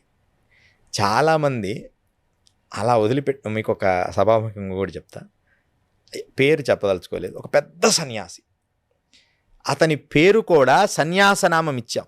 ఒక పెద్ద పీఠాధిపతి అయ్యారు ఆయన హిమాలయస్లో. నేను కమండలం పట్టుకొని, అంటే నేను చాలా అంటే ఒక మంచి సాధన చేస్తున్న పీక్ లెవెల్గా సాధన చూస్తుంటా ప్రతి మనిషిని. అలాంటి రోజులు అవి. డైరెక్ట్గా వెళ్ళి, నానా నీకోసం ఒక అందమైన కన్య ఎదురు చూస్తుందని ఆయన చెవిలో చెప్పా. ఒక పెద్ద పీఠాధిపతికి చెప్పాను నేను. ఎవరైనా ఏమనుకుంటారు? ఆయన ఒక చిరునవ్వు, అలా ఎలా అవుతుంది స్వామీజీ, అలా మాట్లాడతారు మీరు అన్నాడు ఆయన చిన్నగా, ప్రేమగా. అవునా, సరే నాన్న, నేనైతే ధర్మం చెప్పా. తర్వాత వారి గురువు గారు వచ్చి, నీ సన్యాసం ఈరోజు తీసేస్తున్నాను అని చెప్పి ఆయన నదిలోకి తీసుకెళ్ళి ఆ కాషాయం తీసి తెల్లవస్త్రం కట్టి ఆయన్ని మరలా పంపించేసి పెళ్లి చేసుకోవడానికి ప్రోత్సహించారు. ఆయన పెళ్లి చేసుకొని 2 పిల్లలుగా అన్నాడు. ఇప్పుడు సన్యాసము పెద్ద ఒక 200-300 శిష్యులు, పెద్ద పీఠాదిని అలంకరించిన తర్వాత కూడా నేను క్లియర్గా చెప్పా. నేను వెళ్ళి అంటే ఎలా తెలుస్తుందంటే భవిష్యత్తు మనకు తెలిసిపోతుంది, ఏం జరగబోతుంది. ఆయన తర్వాత ఒకసారి కలిసినప్పుడు ఎంత సంతోషపడినాడో. గురుదేవా, మీరు చెప్పిన తర్వాత చాలా హాయిగా ఉంది, ఇప్పుడు చాలా సంతోషంగా ఉన్నా. అంతకుముందు కొంత లోటు ఉండేది నా మనస్సు, ఇప్పుడు చాలా మంచి పర్సన్ని సెలెక్ట్ చేశాడు గురువుగారు కూడా. తపస్సు చేసుకోవడానికి అనుకూలమైన వ్యక్తిని సెలెక్ట్ చేస్తారు. ఓకే. ఇంతకుముందు జ్యోతిష్యము మన పుట్టిన జన్మ నక్షత్రము లేకపోతే పుట్టిన తేదీ ప్రకారం చెప్పేవాళ్ళు. ఈ మధ్యకాలంలో కొంతమంది కేవలం వాయిస్ విని చెప్తున్నారంట, మనిషిని చూసి చెప్తున్నారంట. నిజమా గురూజీ? నిజమే. అయితే ఏమైందంటే అది అంత యోగకరమైనది కాదు. వాళ్ళు శ్మశానంలో సాధన చేస్తారు 100%. అది కర్ణమాతంగో కర్ణపిచాసో సాధన చేస్తారు. సాధన చేసి దానివల్ల ఉపయోగం ఏంది రోషన్ అంటే వాళ్ళ కష్టం తీర్చరు. నేను ఛాలెంజ్ చేసి చెప్తా, ఎవరైనా అలా చెప్పిన తర్వాత వాళ్ళ కష్టాన్ని మీరు తీర్చారా? కష్టం తీర్చరు. రోషన్కి ఇలా ఉంది, ఒక కారు ఉంది, ఒక ఇల్లు ఉంది, ఒక ఫ్యామిలీ ఉంది, పిల్లలు ఉండరు, ఇంతవరకే చెప్తాడు. నీ కష్టం, ఇప్పుడు నీ కష్టం కూడా తెలుసుకొని దాన్ని తీర్చగలిగితే నువ్వు చెప్పు. అది చేయరు. నేననేది ఏంటంటే అది చేయగలిగినప్పుడు నువ్వు చెప్పు. ఇప్పుడు చెవులో నేను నీ సీక్రెట్స్ చెప్తా. ఇప్పుడు ఒక సిద్ధయోగి గురువుగారు వస్తున్నారు, ఈయన ఇది అని నీకు అన్ని వివరాలు ముందు ఇచ్చాను. నువ్వు అడిగావనుకో, సపోజ్ ఏదన్నా ముందే తెలుసుకున్న ఇన్ఫర్మేషన్ చెప్పడం వల్ల ఏం ఉపయోగం? ఓకే, 100% చెప్తారు. ఒక స్వామి ఉన్నాడు, మంచి వ్యక్తే, వాళ్ళందరూ మంచి వాళ్ళనో చెడ్డ వాళ్ళనో, ఇంత మనీ కూడా ఇంతనే ఉంటుంది, ఒక 50,000 ఇవ్వాలి ఇలాంటివి కూడా ఉంటాయి దాంట్లో, ధనముతో కూడి. సరే అవన్నీ మంచిదే, లోక కళ్యాణం చేయొచ్చు. దానివల్ల ఉపయోగం ఏమిటి? నువ్వు చెప్తావు, చెప్పే శక్తి వస్తుంది. కర్ణమాతంగి కానీ కర్ణపిచాచి చేస్తే చెవులో వచ్చి గొనుగుతుంటుంది. అది వచ్చి గొనిగంగానే ఎదుటివాడు రాగానే అన్నీ చెప్తారు. చెప్పడం వల్ల ఉపయోగం ఉంది, దాని కర్మ నివారణ చెయ్యాలి అతను. అది ఒక్క ఆధ్యాత్మిక గురువుకు మాత్రమే సాధ్యమవుద్ది. ఉపాయం చెప్తాడు.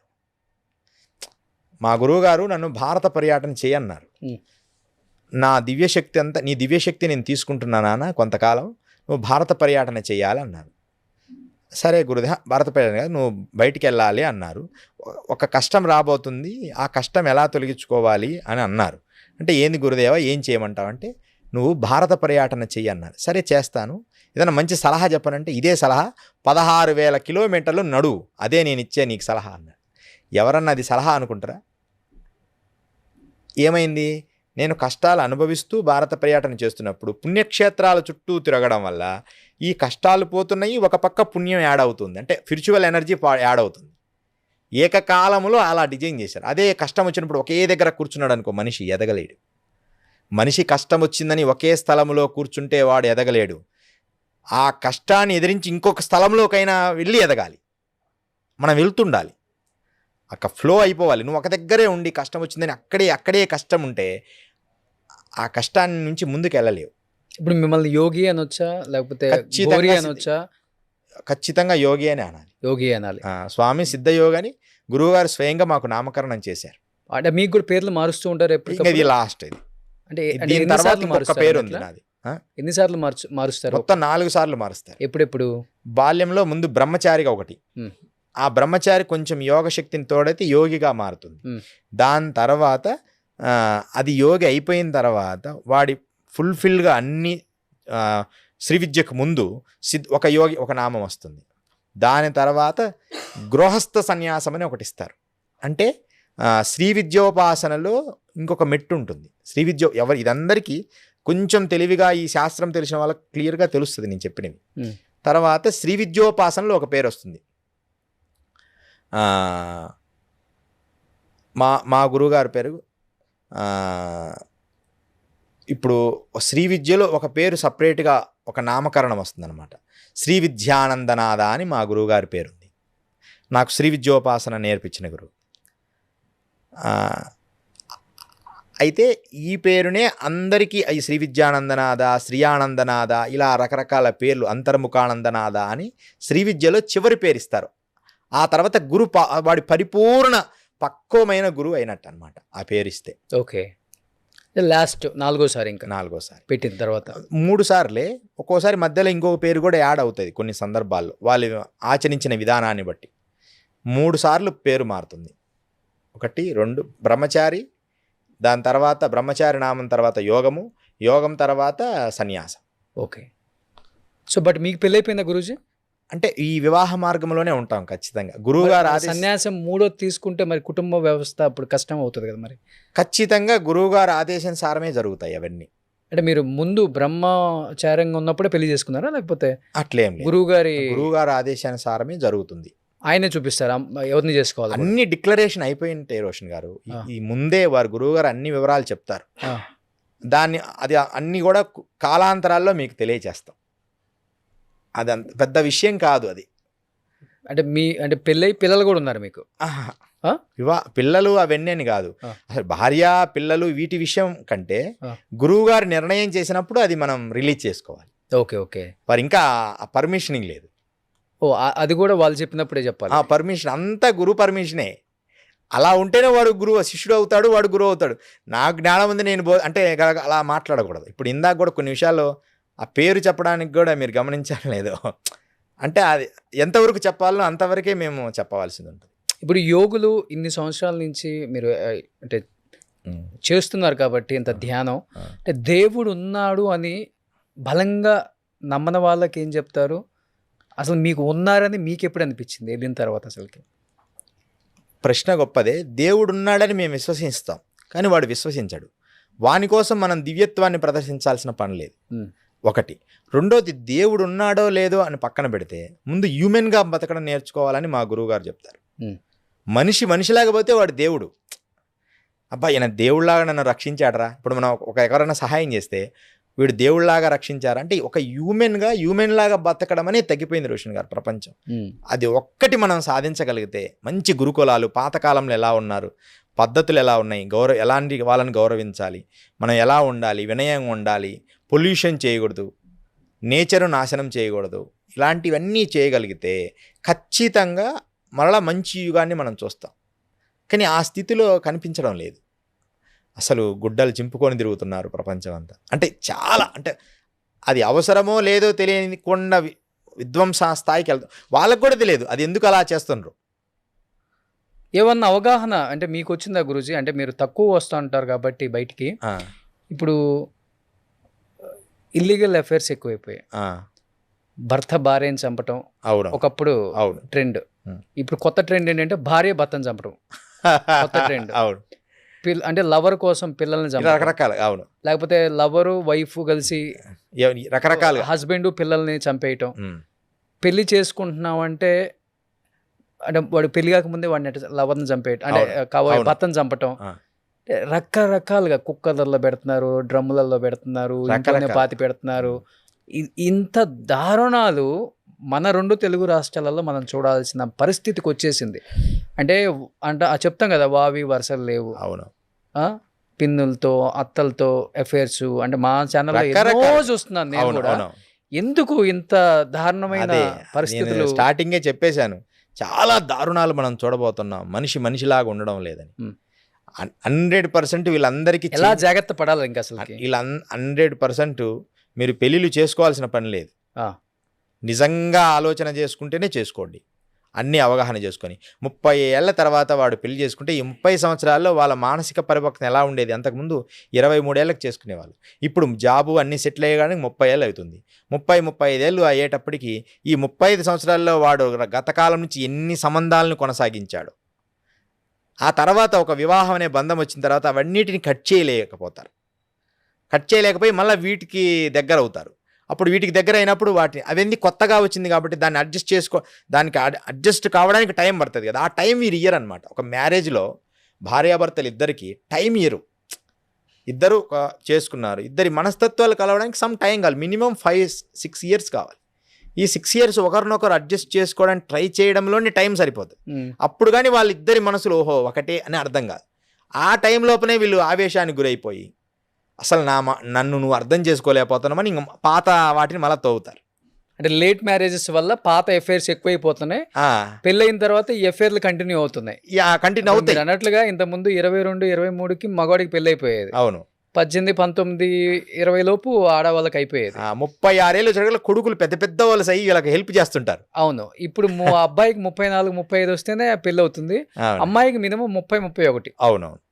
అలాంటి స్థితిలో వీళ్ళు ఇలా తయారవుతున్నారు. అందుకని మ్యారేజ్ అని కాదు, నేను అంటాను మ్యారేజ్ కంటే కూడా మంచి కమిట్మెంట్ ఉంటే మ్యారేజ్ కంటే గొప్పది అంటే రానున్న కాలంలో. కానీ మ్యారేజ్ అనేది సనాతనం చెప్పిన ధర్మం.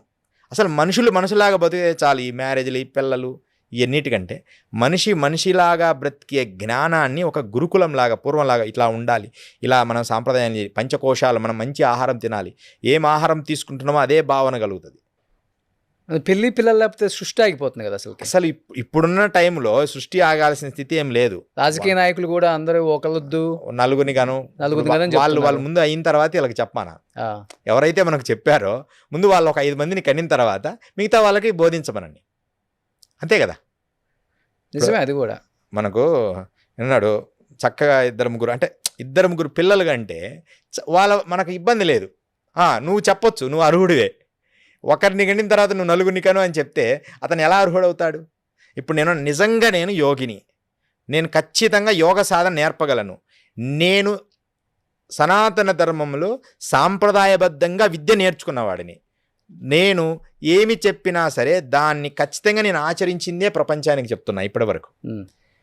అలా నువ్వు ఏమి చేసావో అది చెప్పడానికి సిద్ధమయ్యేవారు కావాలి సంఘంలో. ఇప్పుడు వాళ్ళు తక్కువైపోయారంటారు. 100% ఒక్కరు ఇద్దరు తప్ప, నేను ఇన్ని ఇంటర్వ్యూ ఒక్కరిద్దరు తప్ప మిగతా వాళ్ళందరూ కూడా తక్కువైపోయారు.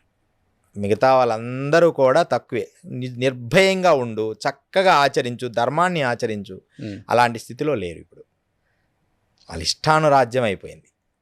అవి ఏం అవసరం లేదు. కోట్ల మంది ప్రజలు అయిపోయినారు, కోట్ల మంది. అసలు పబ్లిక్ ఇంత కోట్ల మంది ప్రజలు కావడం వల్లే అసలు రానున్న కాలం పరిస్థితి ఏందా అని. రానున్న కాలంలో ఫుడ్ దొరకదు, భోజన వసతులు మనకు ఉండవు. 5-10 years లోపలనే భోజనానికి ఇబ్బంది పడతారు. అంత క్రైసిస్ రాబోతుందా? ఇది జనాభా పెరిగితే క్రైసిస్ రాకేమైంది? ఉన్న జనాలు అడాప్ట్ చేసుకోండి. ఎన్ని కోట్ల మంది బీద ప్రజలు ఉన్నారు, అడాప్ట్ చేసుకోండి. అలా అంగీకరించరు. ఖచ్చితంగా మా సీడే కావాలి, మేమే ఇంక మా పిల్లలే ఉండాలి, ఇలాంటి పొజిషన్కి వచ్చారు. ఎన్ని కోట్ల మంది అనాథ పిల్లలు ఉన్నారు, ఎన్ని కోట్ల మంది తిండి లేక ఉన్నారు. వాళ్ళందరినీ మనం అడాప్ట్ చేసుకోవచ్చు. అంటే ఎవరికి చెప్పకుండా సైలెంట్గా, ట్రస్టులు కూడా వద్దు, సైలెంట్గా పోయి వాళ్ళకి అలా ఇచ్చేసి. మనకి గవర్నమెంట్ ప్రాసెస్ చాలా పెద్దది కదా, అడాప్ట్ చేసుకోవడానికి కూడా చాలా పెద్ద ప్రాసెస్ అది. ఒక 2 సంవత్సరాలు 3 సంవత్సరాలు పడుతుందట. అవును, ఒకరిని అడాప్ట్ చేసుకోవడానికి. అవును. ఇలాంటి పొజిషన్స్లో ప్రపంచం ఉంది. కోట్ల మంది ప్రజలు పెరిగిపోయారు. వాళ్ళకి ఫుడ్ ఎలా, అందరూ సాఫ్ట్వేర్లు, వ్యవసాయం చేసేవాడు కనపడడం. ఆ సోషల్ మీడియాలో మొక్కలు నాటే ప్రోగ్రాం పెట్టడం తప్ప రియాలిటీగా మొక్కలు నాటిచ్చే వ్యవసాయ విద్యనే ఇప్పుడున్న ఈ కోటీశ్వరుల ఈ పిల్లలందరికీ వీళ్ళందరికీ వ్యవసాయ విద్యనే పొలం పెట్టి నేర్పించండి. ఓన్లీ దానికి కూడా ఇప్పుడు మీరు రోషన్ గారు ఆశ్చర్యకరం, ఈ మధ్యకాలం వింటున్నా, దానికి కూడా ఒక అమౌంట్ కట్టి ఒకరోజు టూర్కి తీసుకెళ్తారు. టూర్కి తీసుకెళ్ళి 2 days ఆ వరి నాటియడం అది చేపిస్తారు. డబ్బు కట్టి తీసుకొని. అవును. అయిపోయినాక మళ్ళీ రిటర్న్ వస్తారు. అంటే 2 daysలోనే వానికి వ్యవసాయం వచ్చేస్తుందా? పూర్తిగా వ్యవసాయ విద్య నేర్పించండి. ఫార్మసీ లేదు. మా కుర్రాడు మాత్రం సాఫ్ట్వేరే చదవాలి, నా కింద ఉన్నాడు మాత్రం వ్యవసాయం చేస్తూ నాకు అన్నం వండి పెట్టాలి. ఇప్పుడు జెన్జీ కిడ్స్, జెన్ ఆల్ఫా కొత్తగా వచ్చేస్తుంది. ఇప్పుడు యూత్ చెప్పాలి అంటే గవర్నమెంట్లు కాదు, సెంట్రల్లో ఉన్న సెంట్రల్ గవర్నమెంట్ని కూడా అలా అలా అలా అలా ఊపేశారు. మొన్న ఎడ్యుకేషన్ మినిస్టర్ రాజీనామా చేసిందా కుదరలా. ఎలా ఉండబోతుంది ఈ జెన్జీ కిడ్స్ ది, జెన్ ఆల్ఫా ప్రభావం భారతదేశం మీద? కొద్ది రోజులు అంటా ఉంటుంది, తర్వాత అందరూ విచ్చలవిడితనం పెరుగుతుంది. సోషల్ మీడియా మాధ్యమాలలో కూడా విపరీతమైన వికారాలకు సంబంధించిన విధానం పెరుగుతుంది. కామము అనే పదము ఇక భయపడాల్సిన పని లేని తెరిచిన పుస్తకం అవ్వబోతుంది. అంటే ఇప్పటిదాకా తెరవకుండా ఉన్నాయి కదా, అంటే ప్రత్యేకంగా పబ్లిక్లో ఉండడము. గవర్నమెంట్లు కూడా అలాగే సిస్టమ్ తయారు చేస్తుండే, ఎవరికి నచ్చిన వాళ్ళతో వాళ్ళు జీవించండి, ఎట్లాగైనా ఉండండి. అంటే ఆ స్థాయి, ఆ ప్రపంచ నేచర్ అలా తీసుకొస్తుంది కలి ప్రభావం. వారి పరిస్థితిని ఇది అని చెప్పలేము. యువత కదా, యువత చేతిలో కర్ర పెడితే వాడు దాన్ని ఎలా ఉపయోగిస్తాడో మనకు తెలియదుగా. ఎలాగైనా వాడతాడు. దీనికి వాడండ్రా అని మనం చెప్పేదాకా వాడు ఆగడు కదా, ఆగడ. అందుకని జంజీవ పరిస్థితి ఇదే పరిస్థితి. ఈ కిడ్స్ పరిస్థితి ఏంటంటే సారథి లేని వారసులు. బలమైన వ్యక్తి ఉండాలి నడిపించడానికి. అందరూ బలమైన వ్యక్తులు నడవండిరా అంటే వాళ్ళు ఎలా విచ్చలివిడిగా వెళ్తాడు. వ్యూహము చల్లా చెదర వ్యూహం లాగా ఉంటుంది. వ్యూహం అనేది ఒక పద్ధతిగా ఉండాలి. విపరీతము కాదు చేయ వివరింపదగున్. విపరీతము చేయకూడదు వ్యూహాన్ని. దాన్ని ఒక క్రమబద్ధీకరంగా చేయాలి. సక్సెస్ అంతే. ఎప్పుడు వెళ్తున్నారు మీరు మళ్ళీ హిమాలయాస్కి? ఇప్పుడు హిమాలయాలు నర్మదా వెళ్తున్నాం. నర్మదలో నవంబర్లో వెళ్తాము. ఎప్పుడు తీసుకెళ్తున్నారు నన్ను హిమాలయాస్కి? ఖచ్చితంగా యోగుల్ని చూడాలి, నిజమైన అఘోరుల్ని. అంటే మనకు సాధ్యపడుతుందా? అంటే వాళ్ళ వరకు చేరడం చాలా కష్టం. అది వాళ్ళు పిలిపించుకుంటే మాత్రమే. నాతో పయనిస్తాము. 100% కెమెరాస్ అనేది రావడానికి లేదు. మీరు వచ్చిన తర్వాత మీరు అది ప్రమాణంగా చెప్పాలి. కెమెరాస్ తీసుకుపోవడానికి మాత్రం వద్దు. అదే కెమెరాస్ కాకుండా మీరు మనం వెళ్ళిన తర్వాత ఆ నేచర్స్లో ఆ విధానాలు మనం నడిచిన తర్వాత వచ్చిన తర్వాత మీ ఒపీనియన్ మీరుగా ఇంటర్వ్యూ చేయొచ్చు. డెఫినెట్గా అప్పుడు మీకు క్లారిటీ వస్తుంది. మనము హిమాలయసే కాదు, మన శ్రీశైలంలో ఉన్నారు సాధకులు, నిజమైన సాధువులు ఉన్నారు. ఇప్పుడు యోగానంద భారతి మనకు గంగచోళపెంటలో ఉన్నారు. ఆయన అద్భుతమైన యోగి. ఆయన లాస్ట్ 96 years అనమాట. మీకు ఇంటర్వ్యూ అయినాక చూపిస్తాను ఆ వీడియోస్ అవి. మరి నిజంగా ఆయన యోగి. ఆయన ఎన్నో విషయాలు పంచకోశాల్లో ఆయనకు తెలియని మీకు ఇంకొక సీక్రెట్ చెప్తాను. నేను తపస్సు చేసే రోజుల్లో నా రక్తనాళాలను నదులుగా శబ్దంగా వినిపించాయి. అంటే ఎంత డీప్ మెడిటేషన్ అనేది మీరు ఊహించండి. అసలు నా నాడీ మండలాన్ని అంతా నా అదుపులో ఉంచుకునేవాడిని. పరమాణు ఒకటే చెప్తున్నా, ఆత్మ చైతన్యం అనే జ్ఞానాన్ని పొందడమే ఆత్మదర్శనం. చైతన్యం అంతటా అసలు మొత్తం అంతటా నీ హృదయంలోకి చొచ్చుకొని పోద్ది. నువ్వు ఎప్పుడు ప్రాక్టీస్ చేయలేదు, మళ్ళీ అంతటా బ్లాక్ అవుతుంటుంది. అంతే కదా. ఎప్పుడు నువ్వు డోర్ తెరిచి ఉంచుతావో మంచి గాలి వస్తుంటుంది. ఎప్పుడు డోర్ మూస్తామో ఆటోమేటిక్గా నీకు చల్లగాలి అనేది ఆగిపోతుంది సహజంగా. అలాగే నువ్వు ఆత్మ సాధన ఎప్పుడు హాయిగా ఓపెన్ చేసి సాధన చేస్తావో అన్ని వివరాలు నీకు తెలుస్తుంటాయి. ఇక్కడి నుంచే ఖగోళాలు, అంతరిక్షాలు. నా విషయం మన చంద్రయాన్ మొదట పరిశోధన పంపించినప్పుడు నా డైరీ రాసుకున్నాను. తర్వాత చూసుకున్నా ఇది కొంచెం కష్టంగా ఉందని. మొదటిసారి పంపించింది, రెండోసారిది సక్సెస్ అవుతుందని ఎప్పుడో రాసేసుకున్నా. ఒక 8 నెలల క్రితం రాశాను. అంటే నేను నైట్ 11-12 వరకు అలా కళ్ళు మూసుకొని ఏదో ఒక పెద్ద ఒక యోగిలాగా సిద్ధపురుష తత్వంలో అలా నాకు థాట్స్ వచ్చినాయని నేను రాస్తుంటా. దాని విధానం ఏంది, ఖగోళం ఏంది, అంతరిక్షం ఏంది, వాటిల్లో ఎలా ఉంటాయి, ఎన్ని ఏలియన్స్ ఉన్నాయా లేవా, అంటే అన్ని విధానాలని నేను ఎప్పుడు నా బ్రెయిన్ స్వీకరిస్తూ ఉంటుంది. ఓకే. ఒక టెలిఫోన్ టవర్స్ లాగా వాటిని నేను రాస్తుంటా అనమాట.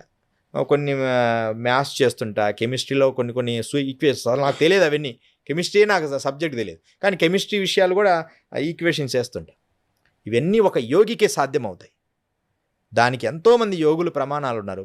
ప్రణవానంద స్వామి ప్రణవానంద ఎంతోమంది జర్మనీ పోయి ఆ కాలంలోనే ఎన్నో పరిశోధనలు చేశాడు. సన్యాసి యోగి ఆయన. హిమాలయాలకు వెళ్ళి తపస్సు చేసి మళ్ళీ అక్కడికి వెళ్ళి అక్కడి నుంచి మళ్ళీ రిటర్న్ వచ్చారు ఆయన. ఆయనకు ఒక పెద్ద ఢిల్లీలో కూడా పెద్ద యూనివర్సిటీ ఇచ్చారు, ఆయన పెద్ద ప్లేస్ ఇచ్చారు. భారతదేశం మ్యాప్ డిజైన్ చేసింది కూడా వారే. 34 ఎన్నోసార్లు ఆయన మొత్తం భారతం మొత్తం ఆ హిమాలయాలన్నీ తిరిగి ఇలా డిజైన్ ఉండాలి భారత మ్యాప్ అని డిజైన్ చేసింది ఆ మహానుభావుడు. ఒక మ్యాప్ను సృష్టించారు. ఒక యోగికే సాధ్యమైంది. మరి మనుషులు వెళ్ళలేరంటే వెళ్ళలేరు. ఏ మార్గంలో కరెక్ట్గా మనం బార్డర్ వేయాలి అవన్నీ ఆయన డిజైన్ చేసింది. సో మళ్ళీ మీరు వెళ్తున్నారు అయితే, వెళ్ళేటప్పుడు మాత్రం చెప్పండి సిద్ధయోగి గారు. ఖచ్చితంగా డెఫినెట్గా నేనైతే వద్దాం అనుకున్నాను ఒకసారి, ఎప్పటి నుంచి అనుకుంటున్నాను. అది వాళ్ళు అనుకుంటేనే మనకు సాధ్యం అవుతుంది కాబట్టి డెఫినెట్గా వెళ్ళేటప్పుడు మాత్రం చెప్పండి. కానీ చాలా మంచి ఇన్ఫర్మేషన్ ఇచ్చారు ఈరోజు. మళ్ళీ పార్ట్ 2లో ఇంకొన్ని మంచి క్వశ్చన్స్తో మీరు చాలామందికి ఇంకా మంచి కాంటెంట్ ఇవ్వాలని, అంటే అవేర్నెస్ అనేది రావాలి. సో ఇవాళ ఏంటంటే సోషల్ మీడియా పెరిగిపోయిన తర్వాత అసలు నిజం ఎవరో అబద్ధం ఎవరో తెలియకుండా ప్రతి వాళ్ళు కూడా అంటే చెప్పేస్తూ ఉన్నారు. అసలుకి మీరు అన్నారు కదా, జనం ఏది 10 సార్లు విన్నదాన్ని నిజమే అనుకుంటారు. అంటే అవి కూడా ఫాలో అవుతున్నారు వాళ్ళు. ఆ ఫాలో అయ్యే క్రమంలో వీళ్ళ జీవితంలో చాలా మార్పులు, నష్టాలు, అంటే లాభాలు కూడా ఉండొచ్చు. రోషన్ గారు, మనం ఇంటర్వ్యూ చేస్తున్నా, లాభాలు కూడా ఉండొచ్చు, కానీ అది గమ్యాన్ని చేర్చలేదు. అది నేను అంటుంది. ఇక్కడ విషయం ఏంటంటే ఇలా ధ్యానం వీడు ధ్యానం చేసిండు సాధన, ఇలా ధ్యానం చేసుకోండి, ఇలాంటి ప్రక్రియ మీరు చేయండి అని చెప్పిన ఎదుటివాడికి పీస్ ఆఫ్ మైండ్ వస్తుంది. కానీ ఇది వాడికి గమ్యం లేదు. వీడికి గమ్యం లేని వాడు బోధించినప్పుడు అగమ్య గోచరం అవుతాడు. ముందుకు వెళ్ళిపోయినాక ఇట్లా వెనక్కి రాలేడు, అలా ముందుకు వెళ్ళలేడు. ఇలాంటి యువత ఎక్కువైపోయింది. అది ఏ స్థాయికి తీసుకుపోద్దో. ఏదైనా ప్రమాణపూర్వకంగా తను సాధన చేసిన వాడై ఉండాలి. అవసరమైతే 2-3 సంవత్సరాలు టైం తీసుకో ఆయనతో ట్రావెల్ చేయడానికి. అప్పుడప్పుడు వెళ్తూ నువ్వు స్టడీ చేయి. అలా లేదు, ఒక మంచి ఇంటర్వ్యూ రాగానే ఈయన చాలా గొప్పవారండి అని చెప్పి అమ్మడే ఆయన ఫాలో అయిపోవడమే. వాటి వల్ల నష్టపోతారు. అవి మాటలకందని మరో ఊహ. మాట్లాడుకోవడానికి చాలా గొప్ప వ్యక్తిగా ఉంటాం ఎదురెదురుగా, కానీ చీకటి కోణానికి పోయేటప్పటికి ఎన్నో చెయ్యకూడని అకృత్యాలు ఉంటాయి ప్రతి మనిషిలో. అవి మానాలి మనం. అప్పుడు చెప్పడానికి ధైర్యంగా, నేను యోగి, నేను కరెక్ట్గా విద్య నేర్పుతా, ప్రమాణపూర్వకంగా నేర్పుతా, సాధన చేసుకోండి, కానీ నాకు 2-3 సంవత్సరాలు మీ నుంచి టైం కావాలి. నేను 2 సంవత్సరాలు లేనిది శిష్యుడిగా స్వీకరించను. ఎమ్మడే రాగానే శిష్యుడు అన్ను. 2 సంవత్సరాలు వాడిని స్టడీ చేసుకొని వాడికి చెప్పిన ప్రాక్టీస్ చేసుకున్నప్పుడే మనం నెక్స్ట్ స్టెప్ ఇవ్వాలి. లేకపోతే అందరి కర్ర చేతిలో కత్తి చేతిలో పెడుతున్నారు ఇప్పుడు స్వామీజీలు, యోగులు, ఇది అని. వాళ్ళ ఎలా వాడుతున్నారు, దుర్వినియోగం చేస్తున్నారు. దాన్నే గొప్పగా అనుకుంటున్నారు. మీరు కూడా మంత్రం నేర్పిస్తుంటారా? ఆ, చాలా పవర్ఫుల్ ఉంటాయి అవి. చాలా పవర్స్ ఉంటాయి. దశమహావిద్యలు అవసరమైతే అంటే ఏదైనా తంత్రశాస్త్రం, మంత్రశాస్త్రం, యంత్రశాస్త్రం అన్నిటల్లో ఇప్పుడు ఖచ్చితమైన ప్రమాణాలతో విద్య నేర్పుతాం. ట్రైనింగ్ ఇస్తాం అతనికి నెగిటివ్ ఫోర్స్ని తీసేయడానికి. పెన్ని నిజం రోషన్ గారు, మనకు టైం దొరికినప్పుడు, మీకు ఫ్రీ టైం ఉన్నప్పుడు గురువుగారు ఒకసారి మనం మనం హిమాలయాల్లోకి వెళ్ళొచ్చిన తర్వాత బయటకు వచ్చిన తర్వాత మనం వీడియో చేసుకోవచ్చు కదా? చేసుకోవచ్చు. మనం బయటకు వచ్చినాక ఆ ప్లేసులు తీసుకెళ్తాం. ఇప్పుడు దరాస నుంచి లోపల పర్వతం ఎక్కుతాం. ఒక పర్వతం ఉంది. ఆ పర్వతం అంటే మీరు చూడండి, నేను వెళ్తుంటాను మీ ముందు, మీరు ప్రయత్నం చేయాలి. కొంచెం కఠినంగానే ఉంటుంది ఎక్కటం కొంచెం. ఎందుకంటే ఈ హిమాలయాలు ఎలా ఉంటాయంటే ఇసుక తిన్నెలలాగా ఉంటాయి. అవి ఎక్కడ జారతాయో తెలియదు, ఎక్కడ జారడో తెలియదు. మేము ఎప్పుడు రోప్ ఒకటి కట్టుకొని, కొన్ని ప్లేసుల్లో రోప్ వేసుకొని కూడా పైన ముందు నేను వెళ్ళి లాగుతానమాట. వాళ్ళు తాడు పట్టుకొని వచ్చే ప్లేసులు కూడా ఉన్నాయి. ఇప్పుడు ఎందుకు మన మహావతార బాబాజీ కేవ్ నుంచి పాండవ హోలీ వరకు అందరూ వెళ్తారు. భరత్ కోయిల్ వెళ్ళమంటే వెళ్ళలేరు. భరత్ కోయిల్లో పులులు, అసలు మనం డోర్ వేసుకొని పులులు, పెద్ద పులులు, మాకు ఇంత చిన్న ప్లేసులో నేను రూమ్లో ధ్యానం చేస్తుంటే చుట్టూ పులులు కనపడతాయి మీకు, ప్రత్యక్షంగా ప్రమాణం. ఇప్పుడు రేపు నేను తీసుకెళ్ళినప్పుడు, గురువుగారు మీరు చెప్పింది నిజమే, మీరు పులుల్లో కూడా తిరిగారు. హిమాలయాల్లో పులులు కూడా ఉన్నాయి భరత్ కోయిల్ దగ్గర. ఓకే. ప్రమాణంగా నేను ఒక వ్యక్తి వీడియో తీస్తున్నాడు, నాతో వస్తున్నాడు 2 years బ్యాక్, హిమాలయాల్లో వస్తున్నాడు. నా వెనక వస్తుంటే, గురువుగారు ఇది ఎంత అద్భుతంగా ఉంది, ఈ జలపాతం ఎక్కడ సౌండ్ వస్తుంది అని చెప్తున్నాడు. ఇప్పుడు చూస్తాము, జలపాతం దగ్గరికి వెళ్తున్నాము అని చెప్పాను. కరెక్ట్గా జలపాతం దగ్గర ఎంటర్ కాగానే ఒక పెద్ద పులి ఇలా ఎగిరి ఒక 15 అడుగుల దూరం రాతి అవతల పడింది. అక్కడున్న మనిషి ఇచ్చి నా వెనక నిలబడినాడు. ధర్నాయి బెట, నువ్వేం భయపడద్దు బెట, నేనున్నానని, ఏం పర్వాలేదు. మళ్ళీ అదే రూట్లో మేము తపోవనం వెళ్ళి సిద్ధాశ్రమం ఒక ప్లేస్, తపోవనం అని ఒక ప్లేస్కి వెళ్ళి అక్కడి నుంచి భరత్ కోయిల్ మార్గానికి వెళ్ళి, ఇప్పుడు ఇంతవరకు నేను తీసుకెళ్తాను ప్రాక్టికల్గా రోషన్ గారు. అప్పుడు సిద్ధయోగి అని అప్పుడు మీరు మళ్ళీ చెప్పండి ఇంటర్వ్యూలో, ఈజ్ ట్రూత్ ఇన్ యోగి. నేను అలాంటి ఉన్నప్పుడు పులులు ఏం చేయవండి? ఎందుకు ఏం చేస్తాయి? అసలు 2 కాళ్ళ మనిషి అంటే పులులకు చెడ్డ చిరాకు. 2 కాళ్ళ జీవి అంటే దానికి చెడ్డ చిరాకు. కానీ ఎదురుపడినప్పుడు ఇదేదో కొత్త జీవని దాడి చేస్తుంది తప్ప మనకు చంపేస్తుంది. అంటే కొత్త జీవని తప్ప దీన్ని వేటాడాలని అది వేటాడదు. అది వేటాడేది 4 కాళ్ళ జీవినే. ఓకే. దాన్ని మనం డిస్టర్బ్ చేయడం, దాన్ని తోక దొక్కడం, దాని ఉండే ప్లేస్కి కావాల్సి వెళ్ళడం, దానికి ఎదురుపడడం, అలాంటివి చేయకూడదు. కొత్త జీవిని దాడి చేస్తుందేమో కానీ నిన్ను తినాలని దాడి చేయదు పులులు. నేను ప్రాక్టికల్గా చెప్తున్నా. నా శిష్యుల్ని కూడా నేను తీసుకెళ్ళాను. మనకు డేంజర్ ఏంటంటే చిరుత పులులు, ఎలుగుబంట్లు కొంచెం దాడి చేస్తాయి. నువ్వు ఇష్టమున్నా లేకపోయినా అవి మీదికి వస్తాయి. కొంచెం అక్కడ మనం ప్రొటెక్ట్ చేసుకోవాలి. ఓకే. ముందే కొంచెం నిప్పులాగా దించుకోవడం, కొంచెం ఆలోచన చేసి అడుగు వేయడం. ఈ పెద్ద పులులు, సింహాలు మనిషి మీదికి రావు.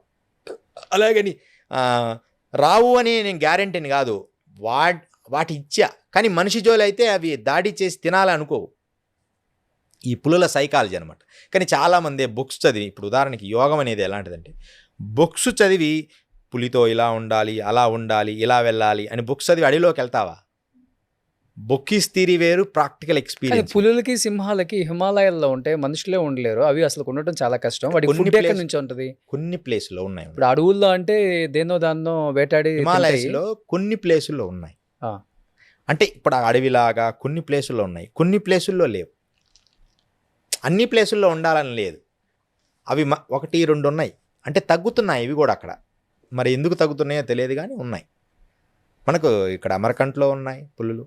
కానీ ఒకటి అంటే అడగకూడదు కానీ అడుగుతున్నాను. ఇప్పుడు చాలామంది 300, 400, 800 సంవత్సరాలు ఉన్న యోగులు కూడా ఉన్నారని చెప్తున్నారు. కాబట్టి మీరు అక్కడ ధ్యానం చేస్తూ అంటే చిన్న చిన్న గుడారాలు తయారు చేసుకొని, ఇన్ కేస్ అంటే మనిషి అన్న తర్వాత చావు కూడా వస్తుంది కాబట్టి, ఇన్ కేస్ అంటే వాళ్ళు చనిపోయినప్పుడు, ఆ గోరీలు కానీ లేకపోతే యోగులు కానీ చనిపోయినప్పుడు ఎలా బాడీని ఎలా క్రిమిషన్స్ చేస్తారు? అక్కడ హిమాలయాల్లో చేస్తారా అందరు కలిసి, లేకపోతే ఎలా ఉంటుందండి?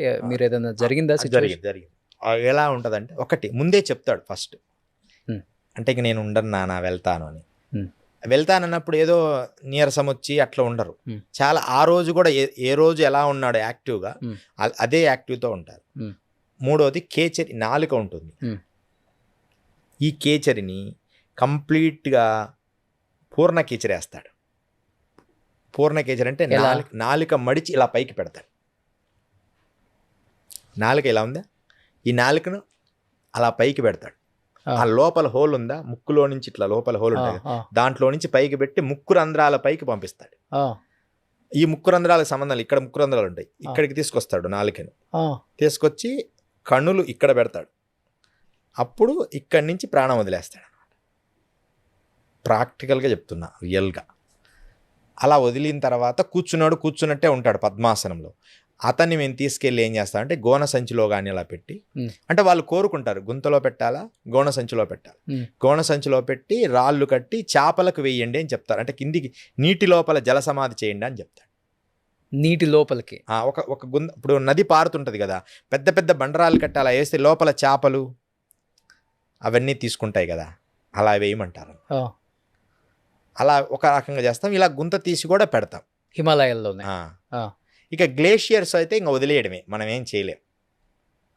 అది ఇంకా కొన్ని సంవత్సరాల తర్వాత కూడా అలాగే ఉంటుంది, ఎముకల గూడులాగా. మనిషి అసలు బాడీ కూడా ఎండిపోవడమే తప్ప అలాగే ఉంటుంది, స్కిన్ అలానే ఉంటుంది, అలాగే ఉంటుంది. నేను చూసినా ప్రత్యక్షంగా. అంటే తొవి తీస్తారు ఎప్పుడన్నా? తీయడం వదిలేయడమే. ఇక ఇది అలా చనిపోయిన తర్వాత ప్రాణం గ్లేషియర్స్లో. ఓకే, గ్లేషియర్స్లో పోతే ఇక ఏం చేయలే, వదిలేయడమే. మనకి గంగోత్రి వరకు మాత్రమే బూడ్చిపెట్టడం కానీ, నీటిలో జల సమాధి చేయడం కానీ. యోగులు జల సమాధే కోరుకుంటారు ఎక్కువ. గంగ జల సమాధే కోరుకుంటారు. ఆల్మోస్ట్ నదిలో బూడ్చిపెట్టింది ఒక్కటే, ఎక్కువ నీళ్ళల్లో వదలడమే ఎక్కువ చేశారు. ఓకే, కానీ వాళ్ళ ఇది అస్థిపంజరం అనేది కనిపించదు, మొత్తం ఎప్పుడులాగే ఉంటుంది శరీరం, ఎప్పుడులాగే ఉంటుంది. ఎన్ని సంవత్సరాలు ఉన్నా గ్లేషియర్స్లో ఎన్ని సంవత్సరాలు అలాగే ఉంటుంది. ఇది చాలా వింత అసలు. ఇవి కూడా అంటే ఎన్ని మనం చూడొచ్చు అంటున్నా. కొంచెం టైం ఇవ్వాలి, ఒక 6 months అన్నా టైం ఇవ్వాలి మీరు. అంటే మనం వెళ్ళగానే ఆ రోడ్డు పరస్తారు కదా కార్పెట్లో, మనం కొంచెం అన్నీ చూసుకొని జాగ్రత్తగా రోషన్ ఇలా వెళ్దాం, ఈ ప్లేస్లో ఇలా చూద్దాం, ఇక్కడ ఒకసారి చూద్దాం. అటు వెళ్ళినప్పుడు అనుకోకుండా సిద్ధపురుషులు కనపడవచ్చు, ఒకవేళ లేదు కాదు ఇట్లా వెళ్దాం. కానీ ప్రతిదీ మాత్రం నీకు వండర్గా అనిపిస్తుంది. ఒక్కేందుకు మీరు తపోవనము, ఇది భరత్ కోయిల వరకు అయితే నేను తీసుకెళ్తా, కొంచెం కష్టపడైనా నేను తీసుకెళ్తా. భరత్ కోయిల దగ్గర గురువుగారు మీరు చెప్పింది 100% నిజం, అసలు ఈ ప్రకృతిలోకి మీరు ఎలా వచ్చారు, ఈ ప్లేస్కు మీరు ఎలా రాగలిగారు అని మీరు ఖచ్చితంగా అంటారన్నమాట. మానవుడికి సాధ్యం కానిది ఏమీ లేదు. చాలా అద్భుతంగా ఉంటుంది హిమాలయం. డెఫినెట్గా నేను వస్తానండి సిద్ధయోగి గారు. అక్కడికి వెళ్ళొచ్చిన తర్వాత డెఫినెట్గా మళ్ళీ ఇంటర్వ్యూ చేద్దాం. మనం ఇంటర్వ్యూ చేయాలి. వెరీ సూన్ నేను మీతో వస్తాను. మీరు బయలుదేరేటప్పుడు నాకు ఒక్క కాల్ ఖచ్చితంగా మేము దాని రూట్ అంతా మీకు తెలియజేస్తాను. డెఫినెట్గా ముందు కేవికి అక్కడ అన్ని కొన్ని మనం చూసుకొని వద్దాం. డెఫినెట్గా సేఫ్ జోన్లో. డెఫినెట్గా అండి. నిజంగా థ్యాంక్ యూ అండి. జయ గురుదత్త. శ్రీమాత్రే నమః. శ్రీ గురు దత్తాత్రేయాయ నమః. సిద్ధయోగి గారి పాడ్కాస్ట్లో మేము ఒకటి చిన్నది మిస్ అయ్యాం అనమాట. నేను కిందకి రాగానే ఐడెంటిఫై చేసిందంటే గురువు గారి ఆయన తలలో కొన్ని ఉంగరాలు, కొన్ని వజ్రాలు అవి ఇవి పెట్టున్నాయి. నేను అడిగితే ఆయన అన్నారు నర్మదా నదిలో స్నానానికి వెళ్ళినప్పుడు గురువు స్నానానికి వెళ్ళినప్పుడు దొరుకుతుంటాయి. ఒకసారి ఆ జుట్టు ఎన్ని సంవత్సరాల నుంచి అట్లా మీరు చిన్నప్పటి నుంచి? మొదటి జుట్టు చేపించాము, రెండవసారి ఇది దాదాపు ఇది ఒక 20 సంవత్సరాల నుంచి ఓపెన్ చేయొచ్చు అండి అది. ఒకసారి మీరు చూడండి, ఇంతకుముందు కూడా ఒకసారి చూపించాము. ఇది ఏమైందంటే మొత్తం అట్టలాగా చాటలాగా కిందికి ఇక్కడికి వచ్చింది. హైదరాబాద్ వచ్చిన తర్వాత భాగ్యనగరంలో డాక్టర్ గారు ఇలా ఉండేది నాది మెడ బరువుకి. అవి ఏం చేసిన డాక్టర్ అలా ఉండకూడదు గురుగారు, కంటిన్యూ అవుతాయి, మీరు రేపు ఫ్యూచర్లో ఇబ్బంది అవుతుంది. 4 భాగాలు చేశారు. ఆ తర్వాత మరలా కొంచెం సైడ్ వస్తే 5-6 భాగాలుగా మార్చారు. కొన్ని ఆయన అన్ని ఇలా దాన్ని మేము ఇలా తయారు చేసాం. ఇప్పుడు ఇదేమో రసగుట్టిక అంటారు, ఇది పాదరస గుట్టిక అన్నమాట. స్వయంగా మూలికలతో తయారు చేస్తాం. అంటే పాదరసాన్ని గడ్డ కట్టిలేరు, మెక్రూరీని. దీన్ని మేము యోగ శక్తితో మూలికలతో గడ్డ కట్టిస్తాం. ఇది ఉండడం వల్ల 100 కిలోమీటర్లు కూడా అతి సునాయాసంగా నడవగలరు. అది యోగుల రోజుకి ఎన్ని ఒక 100 కిలోమీటర్లు నడవగలరు రోజు అట్లా కాదు, ఒక 50 30. ఆ. అది కూడా చాలా గొప్ప విషయం కదా. అవును, హిమాలయస్ ఇక్కడ వేరు, హిమాలయస్ వేరు. హిమాలయాల్లో 30 కూడా నడిచిన రోజులు ఉన్నాయి, 30 50 కూడా. అసలు ఒక గాలిలో వెళ్ళిపోతున్నట్టుగా ఉంటుంది. దీన్ని గురువు గారు ఆదేశానుసారం తయారు చేస్తాం పాదరసంతో. తయారు చేయడం కూడా కాదు, దీన్ని ఆకాశ అంటే గరుడ పక్షి గుడ్డుతో తయారు చేస్తాం మరలా దీన్ని. అప్పుడే ఇది నీ బాడీకి ఆ ఎనర్జీ వస్తుంది. దాన్ని ఎప్పుడు అలా జుట్టు కట్టి ఉంచుతాం. అది రసగుట్టుగా ఉన్నవాడే యోగి. రోషన్ గారు ఎవరైతే సిద్ధ పురుషుడో వాడి దేహం మీద పాదరసం ఉండి తీరాలి ఎక్కడో దగ్గర. సో ఇది గరుడు పక్షి యొక్క గుడ్డుతో తయారు చేసిన పాదరస గుటిక.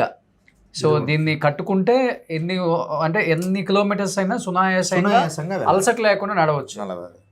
ఇది ఆల్మోస్ట్ మొత్తం కిందకు వచ్చేసాయి గురూజీ జుట్టు. ఇదేమో ఉంగరాలు పెట్టుంది ఏంటి అసలుకి? ఇది పరిక్రమ చేస్తున్నప్పుడు నదీ దేవత ప్రసాదించింది. ఇలాంటివి చాలా వచ్చాయి, దొరుకుతుంటాయి. ఒకసారి ఒక కుండ వెండి నాణ్యాలు దొరికాయి. వెండి నవాబుల కాలం, ఒక కుండ, పెద్ద కుండ అంత సైజు. ఇప్పుడు అయితే 1.5 కేజీన్నర 2 కేజీలు ఉంటాయి. నేను కొన్ని గుర్తుగా ఉంచుకొని ఈసారి వచ్చినప్పుడు మీకు అవి కూడా చూపిస్తాను. అవి నీట్గా చూపిస్తాను మీకు. కొన్ని ఉంచుకొని మిగతా అన్ని దానం చేశా. ఇది ఉంచుకో, పూజ చేసుకో, నీ దగ్గర పెట్టుకొని అలా అందరికి పంచుకుంటూ వచ్చా. అలా వజ్రాలు కూడా దొరుకుతుంటాయి. ఒక్కసారి డైమండ్ దొరికితే ఒక అతనికి ఇస్తే చిన్న వ్యాపారం పెట్టుకున్నాం. 3 నాగపూర్ ఫారెస్ట్లో మేము నడుస్తున్నాం. ఒక 4 కాళ్ళ మండపం ఒకటి వచ్చింది.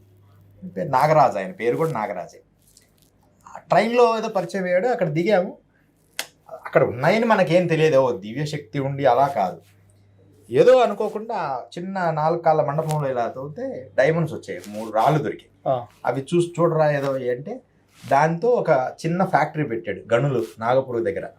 ఎంత కాస్ట్ ఉంటాయో చిన్నవి. అప్పట్లోనే దాదాపు 25-20 లక్షలు వచ్చింది, అంటే ఒక 20 years బ్యాక్. దాంతో ఒక చిన్న కంపెనీ లాగా పెట్టి అది రన్ చేస్తాం. ఓకే. సో ఇలా నర్మదా నదిలో మీరు స్నానానికి వెళ్ళినప్పుడు ఏ ఒకటి వస్తూనే ఉంటుంది. నదులలో ఏది దొరికిన ఏదో ఒకటి వస్తుంటాయి. వాటి బంగారు కుండ, బంగారు 2 నాణ్యాలు ఉన్నాయి దాంట్లో, పెద్ద కుండలో. 2 బంగారు నాణ్యాలు, మిగతాయి వెండివి. అందరికి పనిచేసాం. నా ఒక్కడికి ఎందుకు, నేను యోగి, నా దగ్గర ఉండకూడదు. ఇంకోటి, పరిక్రమ చేసేటప్పుడు ధనము కానీ సంపదలు నా దగ్గర ఉండకూడదు. ఎవరి మనసు ఎలా ఉంటుందో అందుకని అందరికి పంచుతాం. గ్రామాల్లో వెళ్ళి అలా ఒకటి తీసుకోండి, గురువు ఇస్తున్నాం కాబట్టి మేము ఇచ్చేటప్పుడు డిసిప్లిన్కి తీసుకుంటారు. అన్నీ మాకేంటి అనరు.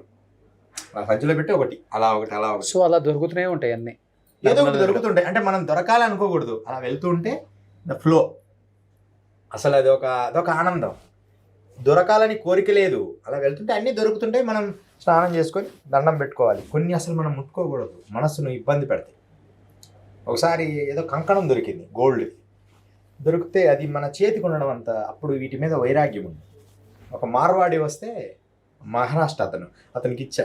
అతని తర్వాత బియ్యం వ్యాపారం పెట్టి కోట్లు గడించాడు.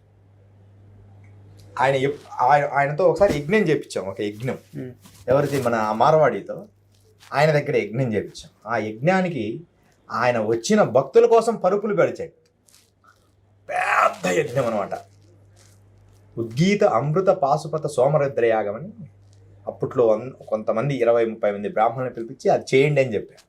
తిరుగులేని మహారాష్ట్రలో ఒక పెద్ద వ్యాపారస్తుడయ్యాడు. కానీ ఆయన దగ్గర నుంచి చిన్న పైసా కూడా తీసుకోలేదు. ఎందుకంటే అలాంటి డిసిప్లిన్గా ఉంటాను నేను ఆ విషయం. సో ఎప్పుడు ఈ 2 మీ చేతిలో ఉంటాయి అంతేనా? ఎప్పుడు త్రిశూలం అండ్ ఇది త్రిశూలము ఒక పాజిటివ్, నెగిటివ్ ఎక్కడున్నా ఆ నెగిటివ్ని క్లీన్ చేస్తూ ఉంటాయి ఇవి. పూజలో పెట్టుంటాం కదా, ఇప్పుడు మనం ఎక్కడికో వెళ్తాం, ఎక్కడెక్కడో కూర్చుంటాం 100 మందిలో, ఆ పాజిటివ్ వైబ్రేషన్ పెంచుతూ ఉంటాయి. సూపర్ నైస్ గురూజీ, థ్యాంక్ యూ సో మచ్. జయ గురు. సుమన్ టీవీలో మీ పర్సనల్ అండ్ బిజినెస్ ప్రమోషన్స్ కోసం కింది నెంబర్కి కాంటాక్ట్ చేయండి.